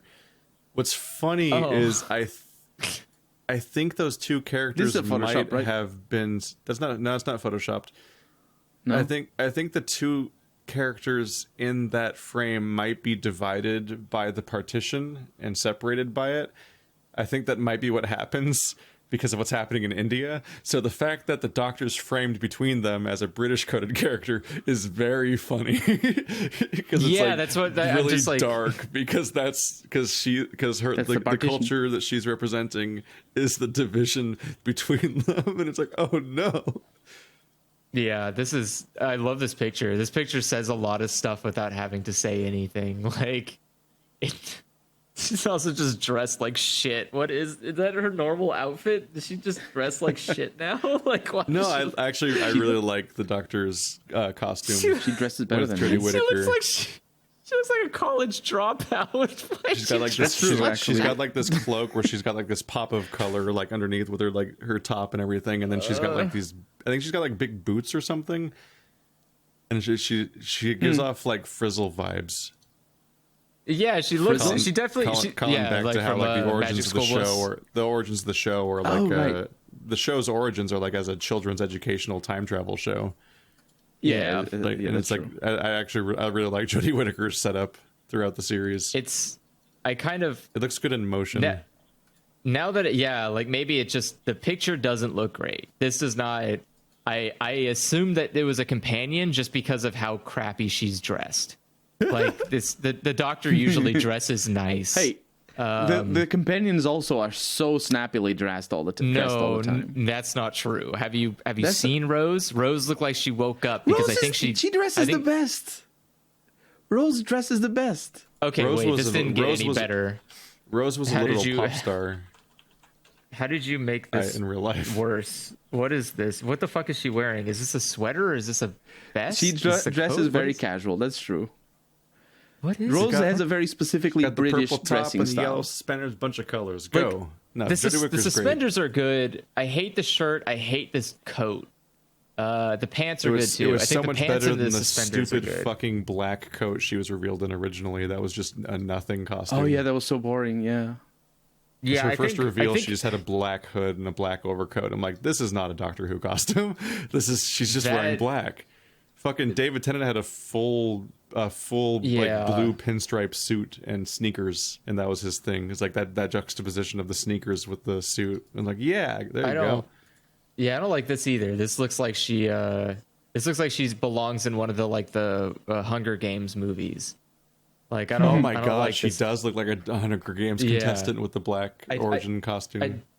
I don't like that at all. I like the suspenders and the pants. The suspenders and pants are great.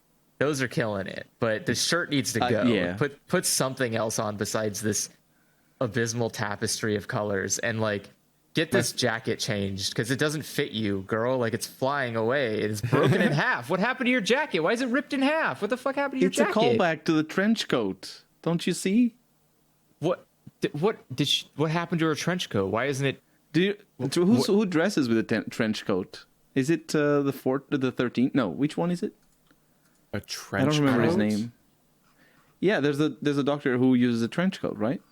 This is like the same universe that the Master existed in as Missy. It's like, Tennant. It's David Tennant. He uses a trench coat. Why won't you dress as?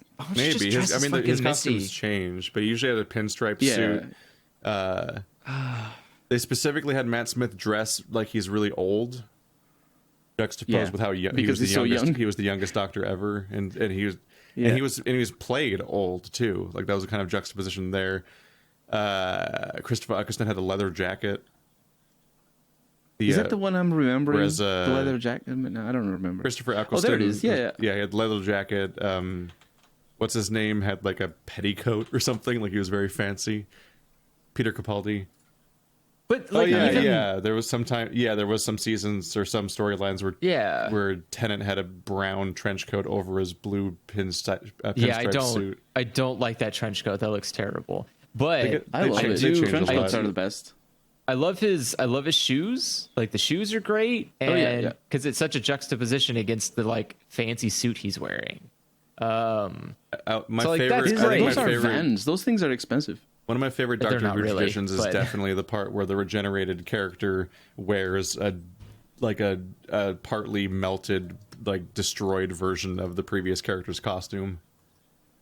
Like because they regenerate in their clothes, so they usually spend the first episode as a visual representation of the transition that you as the audience are making with the show.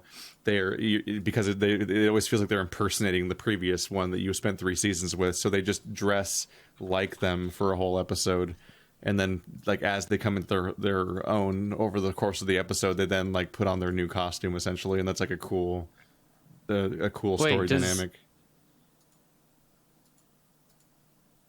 What does this? Oh, I guess it doesn't matter. I was gonna say, like, does the Doctor have to buy new clothes now that they change genders? Like, do they have to like change their wardrobe, or does the wardrobe just change for them like magic? Like, how does clothes work? It's like I said, they're always wearing the previous clothes when they regenerate. Well, yeah, but they get clothes. She is clearly get clothes wearing the way people normally get clothes. You just get clothes. That's what I'm saying. Like, he doesn't have money.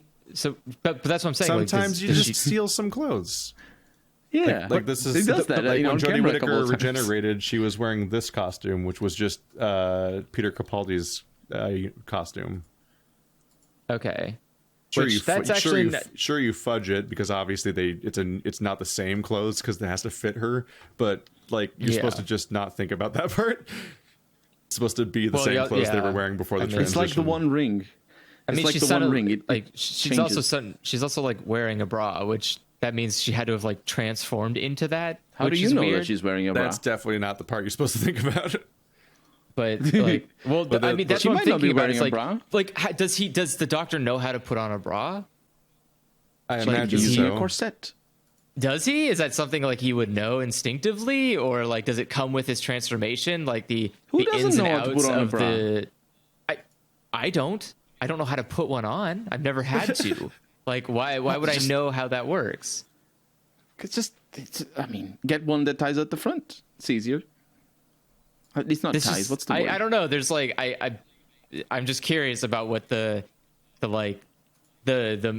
minor slight inconvenience was to being like, oh, I haven't been a girl in like a long time, I guess, or what. I don't know how long he is or how old he is, but like I'm assuming this isn't his first time as a girl, but also like the it's last definitely time if they try to retcon it as being been a couple hundred years. Oh my god, that is so disingenuous. They did exactly that. Yep. Wait, this is the first time they've been a girl? No, they retconned. They're into being. Actually, there's been a bunch of female doctors before. That is okay. every Then I aspect guess- of Doctor Who alright. is so convolutedly and exhaustingly retconned. then my I try argument makes so no hard sense then. just to watch the episodes and like each one in a vacuum, basically. Aside from, and like I'll enjoy the arc between attached episodes, like directly attached episodes, like the Macy William character coming up, for example, or River Song. But like aside from that, I just try to watch it like it's basically an anthology a lot of the time, because Yeah. trying to think about like the hierarchy of the Doctor, like there was supposed to be only 13 Doctors ever, like they were supposed to only have 13 regenerations, and when Yeah, I the remember. 50th anniversary revealed that John Hurt was actually the War Doctor, that meant that I think that made it, the math at that point was basically that like Matt Smith or something was supposed to be like the last Doctor ever, because, or maybe it was only 12 regenerations. I think there was supposed to be like the detail of like, oh, that means Matt Smith's supposed to be the last Doctor ever and he's going to be out of regenerations. But then they have to dedicate a whole episode to explaining how he gets more generations and more regenerations, because all of the fucking, it's like the fucking Halloween tree where they all give a year of their life to save their friend. Like all the Gallifreyans donated Oh, yeah, I remember that. regenerations to the Doctor so they can have infinite regenerations now. And I'm just like, God, I never care about the parts where they spend a whole episode like retconning Fixing some their- fucking yeah. boring trivia about the universe, and like it's Solo, a Star Wars story. I kind of thought the fact that he had limited regenerations was a selling point. I like there is this feeling of like invincibility to the Doctor, but also finite. Like sure, They also could have- he can kind of do whatever he wants to an extent, but there is like a limitation to that that whatever he wants to do. But knowing that like he can just regenerate forever is like, okay, well that takes away like all of the weight. Like why does he yeah, have to yeah. even care about his life? He can just regenerate at any point, at any time, for any reason. I Like think they should have don't just know. killed him and bring on a new character. I Still think they should. The Doctor. It doesn't matter, I think they should just right? Like, They kill could it off. absolutely have written just it make like a- that. Like he dies. Yeah. And they say, like, imagine he dies and he goes into Gallifrey or whatever, just another Doctor, or he brings on a team of people or whatever. It's like change everything. You can change the show into whatever you want. As long as it's somebody with powers to control the TARDIS, that's really all that matters. It doesn't even have to be Oh. a Time Lord. I mean, you didn't have to. No one like twisted their arm and made them have to commit to 13. It's know, well, yeah. It's one of those regenerations. things where you throw away you have a dumb throwaway line that says Yeah. that at some point, but then at some point you have to come up. You're going to be like, oh God, the show's been going on for so long. We're actually going to hit that number, and now we have to explain that. Whereas Yeah, I could which probably is never why it's like imagine that. yeah, you should just never have said that, and it would have been way better. But also, she does not look good in his clothes. I see why they did an outfit change. It does not. Well, they always do an outfit she change. just It's doesn't- not she- like they yeah, what don't I'm do saying- it because the old one looked bad. No, I'm just saying she doesn't do well in black clothes. Like it doesn't look good on her. I don't think she Looks like one of those late 1900 cowboy Because it people. was I don't supposed to know, be it the just- costume of a midlife crisis professor man. That's what I'm saying. That was Like his it doesn't characterization fit last her season. because He was like, she I've doesn't got look like shades she's and an electric guitar, and I'm cool still, even hip, even though I'm 80.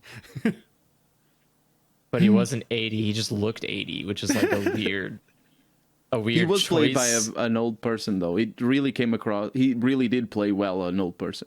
Because he was an old person, yeah. But it's just like Peter Capaldi's a great actor. yeah. He's gonna He be is, he's but- gonna be in Suicide Squad. I saw the him in problem is- Suicide Squad. I was like, oh no.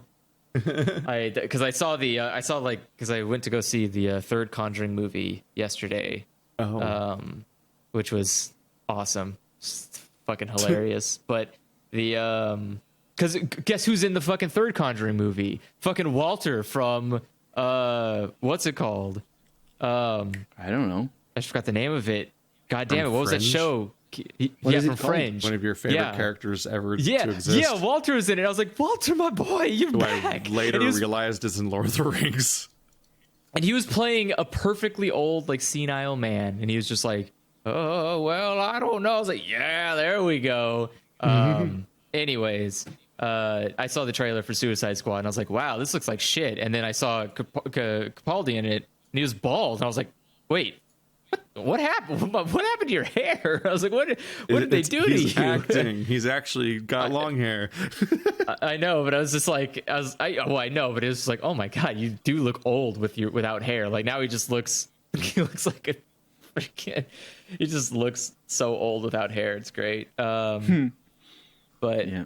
also Suicide Squad 2 looks terrible, by the way. That just, As opposed to the first one. It's I don't know, I basically, never watched it. the jokes definitely weren't hitting. Maybe I'm just too old for them or something, but they were just the least funniest I got jokes a you weird could fucking sense imagine. of the trailer where I was like, some of these jokes seem funny but edited annoying for the trailer. Whereas like there's a weird pacing that's like hurting a little bit. But no, I have decent hopes for it because James Gunn movies have been good for me in the past. Well, He's the it Guardians doesn't guy, matter. and he did Slither and Super. I won't be I like watching all it those either movies. way. But yeah, it was funny seeing him. I was like, wait, I know you. What are you doing there? But At the very least, it can't be as bad as "This is Katana. I wouldn't recommend getting killed by her. Her sword captures the souls of those she kills." That's I Umbra. wouldn't recommend getting killed by her. What the fuck is that line? You're already getting killed by her. I feel like it's self-explanatory at that point. What weird fucking advice. I wouldn't recommend getting killed by the person that's supposed to be on our team. Her sword's got magic in it. It'll never come up again. Yeah, This is well, Katana. that's, Her The job's magic to is the slight- soul? Her sword will capture your soul, apparently.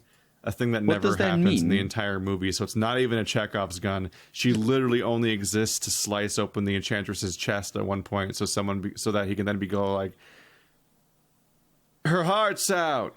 We can end this." And then Katana continues to I not don't exist in know. the movie. She doesn't even. I did- She only exists in the movie, so her sword can be in the movie because it's not even her who uses the sword. yeah, it's not even her. Wow. That movie It's- hurt. Who was That it? movie was so used- aggressively bad. I started an entire podcast series about discussing movies just so I could discuss that movie because I was just mad. It's not. So so James Gunn probably won't do that. I imagine not. I don't know. I'm trying to remember I can't even remember what the joke was that I saw in the trailer because it was so bad that my brain was like, this has to go. I cannot retain this. It was like something, they were like listing something to Capaldi. They were like, if you don't do what we say, we're going to do this and this and this. And then like Harley was like, and then we'll kill you. And the guy was like, no, we're not. And I was like, Oh, it was wait, when am I supposed to fucking think- laugh? Was that a joke? Like, I think he was saying stuff about like if you betray us or if you so much as look weird or whatever, like that kind of usual Yeah. threat. And then Harley was like, if you jaywalk, we will kill you. And she like was like adding similarly ridiculous things. yeah, If you it felt sneeze like without covering your cringy. mouth, and he's like, no, we won't, no. But also, that's not permission to do that. It was like cringy humor, and I was like, wait, no, I don't want this at all. Okay, I gotta go. Like, that's I hate that stuff. I hate I guess I don't like that character. I don't like Harley Quinn as a character. It's like this. Really? She's like not really insane. She's like faking it, and I hate that. I fucking hate fake insane characters. Just all Like, of the it Harley bothers me. Quinns, or the Suicide Squad? That one, Suicide Squad specifically, is just bad. I don't like her representation. Did you see like, Birds of Prey? no, I did not. Okay, because I didn't know if you'd see hers differently in that movie. It's weird. It's supposed to be the same character, but I feel like the three different movies are going to feel like three different characters. Yeah, Isn't she maybe. more deadpan in Birds of Prey? Isn't she played flatter? Oh, she's fucking great in Birds of Prey. It's so good. I just but she's don't- not faking it there, is she? I don't know because I want to see the trailer. Well, that's the movie where she broke. She feels like she's not faking it. That's the movie after she breaks up with the Joker. Oh yeah, that makes more sense. Yeah. Well, that probably would be better because after she breaks up with the Joker, she's less She's a less better fake character psychic. in the comics. Yeah, she was like less In the like comics, fake I think psychotic and more just like she's angry coupled and with bitter. Ivy. Yeah, she's coupled with Ivy, and it's great because it's like both of them are just kind of like disillusioned with everything except each other. So they're just like, we don't care, but also like we care about each other, kind of, maybe, glance. And it's like, okay, this is fun. I like this character. Like regular Harley, where she's like, I'm so wacky and so crazy. And I'm like, could you stop? Like, you don't need to. Who's making you do this? Like, do we need to kill the Joker? Is that going to make you better? Like, let's get rid of him then. This is not great. I thought that was the plan of the whole series, was to kill the Joker. But I mean, it's just They never really want to kill the Joker. It's where they make no, all their they money. never want to kill. Yeah, it's problematic because he's not a fun character. He's just like such a boring character. The more he keeps getting into movies, Yeah, like, I think Jack Nicholson was it. and he peaked in Mask of the Phantasm. Like Wait, Mask of the Phantasm, is that the one with? That's Mask of the the Phantasm. World of Tomorrow. I don't. My favorite Joker is not any of the live action ones. Oh yeah, Mask of the Phantasm is peak Joker Oh, for me. yeah, He's yeah. fucking great. I love him. I was gonna say, like, I think the only live action I've ever enjoyed was Jack Nicholson because he just actually had fun with it. Everyone No, else was that's having the, fun in the wrong way. Mask of the Phantasm is one of the movie or one of the movies for the Batman animated series where he's played by Luke Skywalker. Yeah, he's played with Mark Hamill. Mark Hamill does all There we the go. animated Jokers. He even did the video game Jokers, Yeah, until he retired, and then he was replaced by Troy Baker, which is and then no Wait, one he almost retired? He retired from playing the Joker. Yeah, Oh, Mark Hamill okay, retired okay. from Mark Hamill retired Yeah. from playing the Joker, And then because he's been doing it for Troy like Baker. Troy Baker took over, and people mostly didn't notice yeah. because he does a very good impression. All right, we desperately need to stop. It's wow, Yes. we're really far in. We need to break for food and so on before Final Fantasy starts. Thanks for watching, Covered like so always, many guys. topics. We'll see you next time. Okay. Don't forget to send questions. So we can keep not answering them. Maybe one day. Maybe.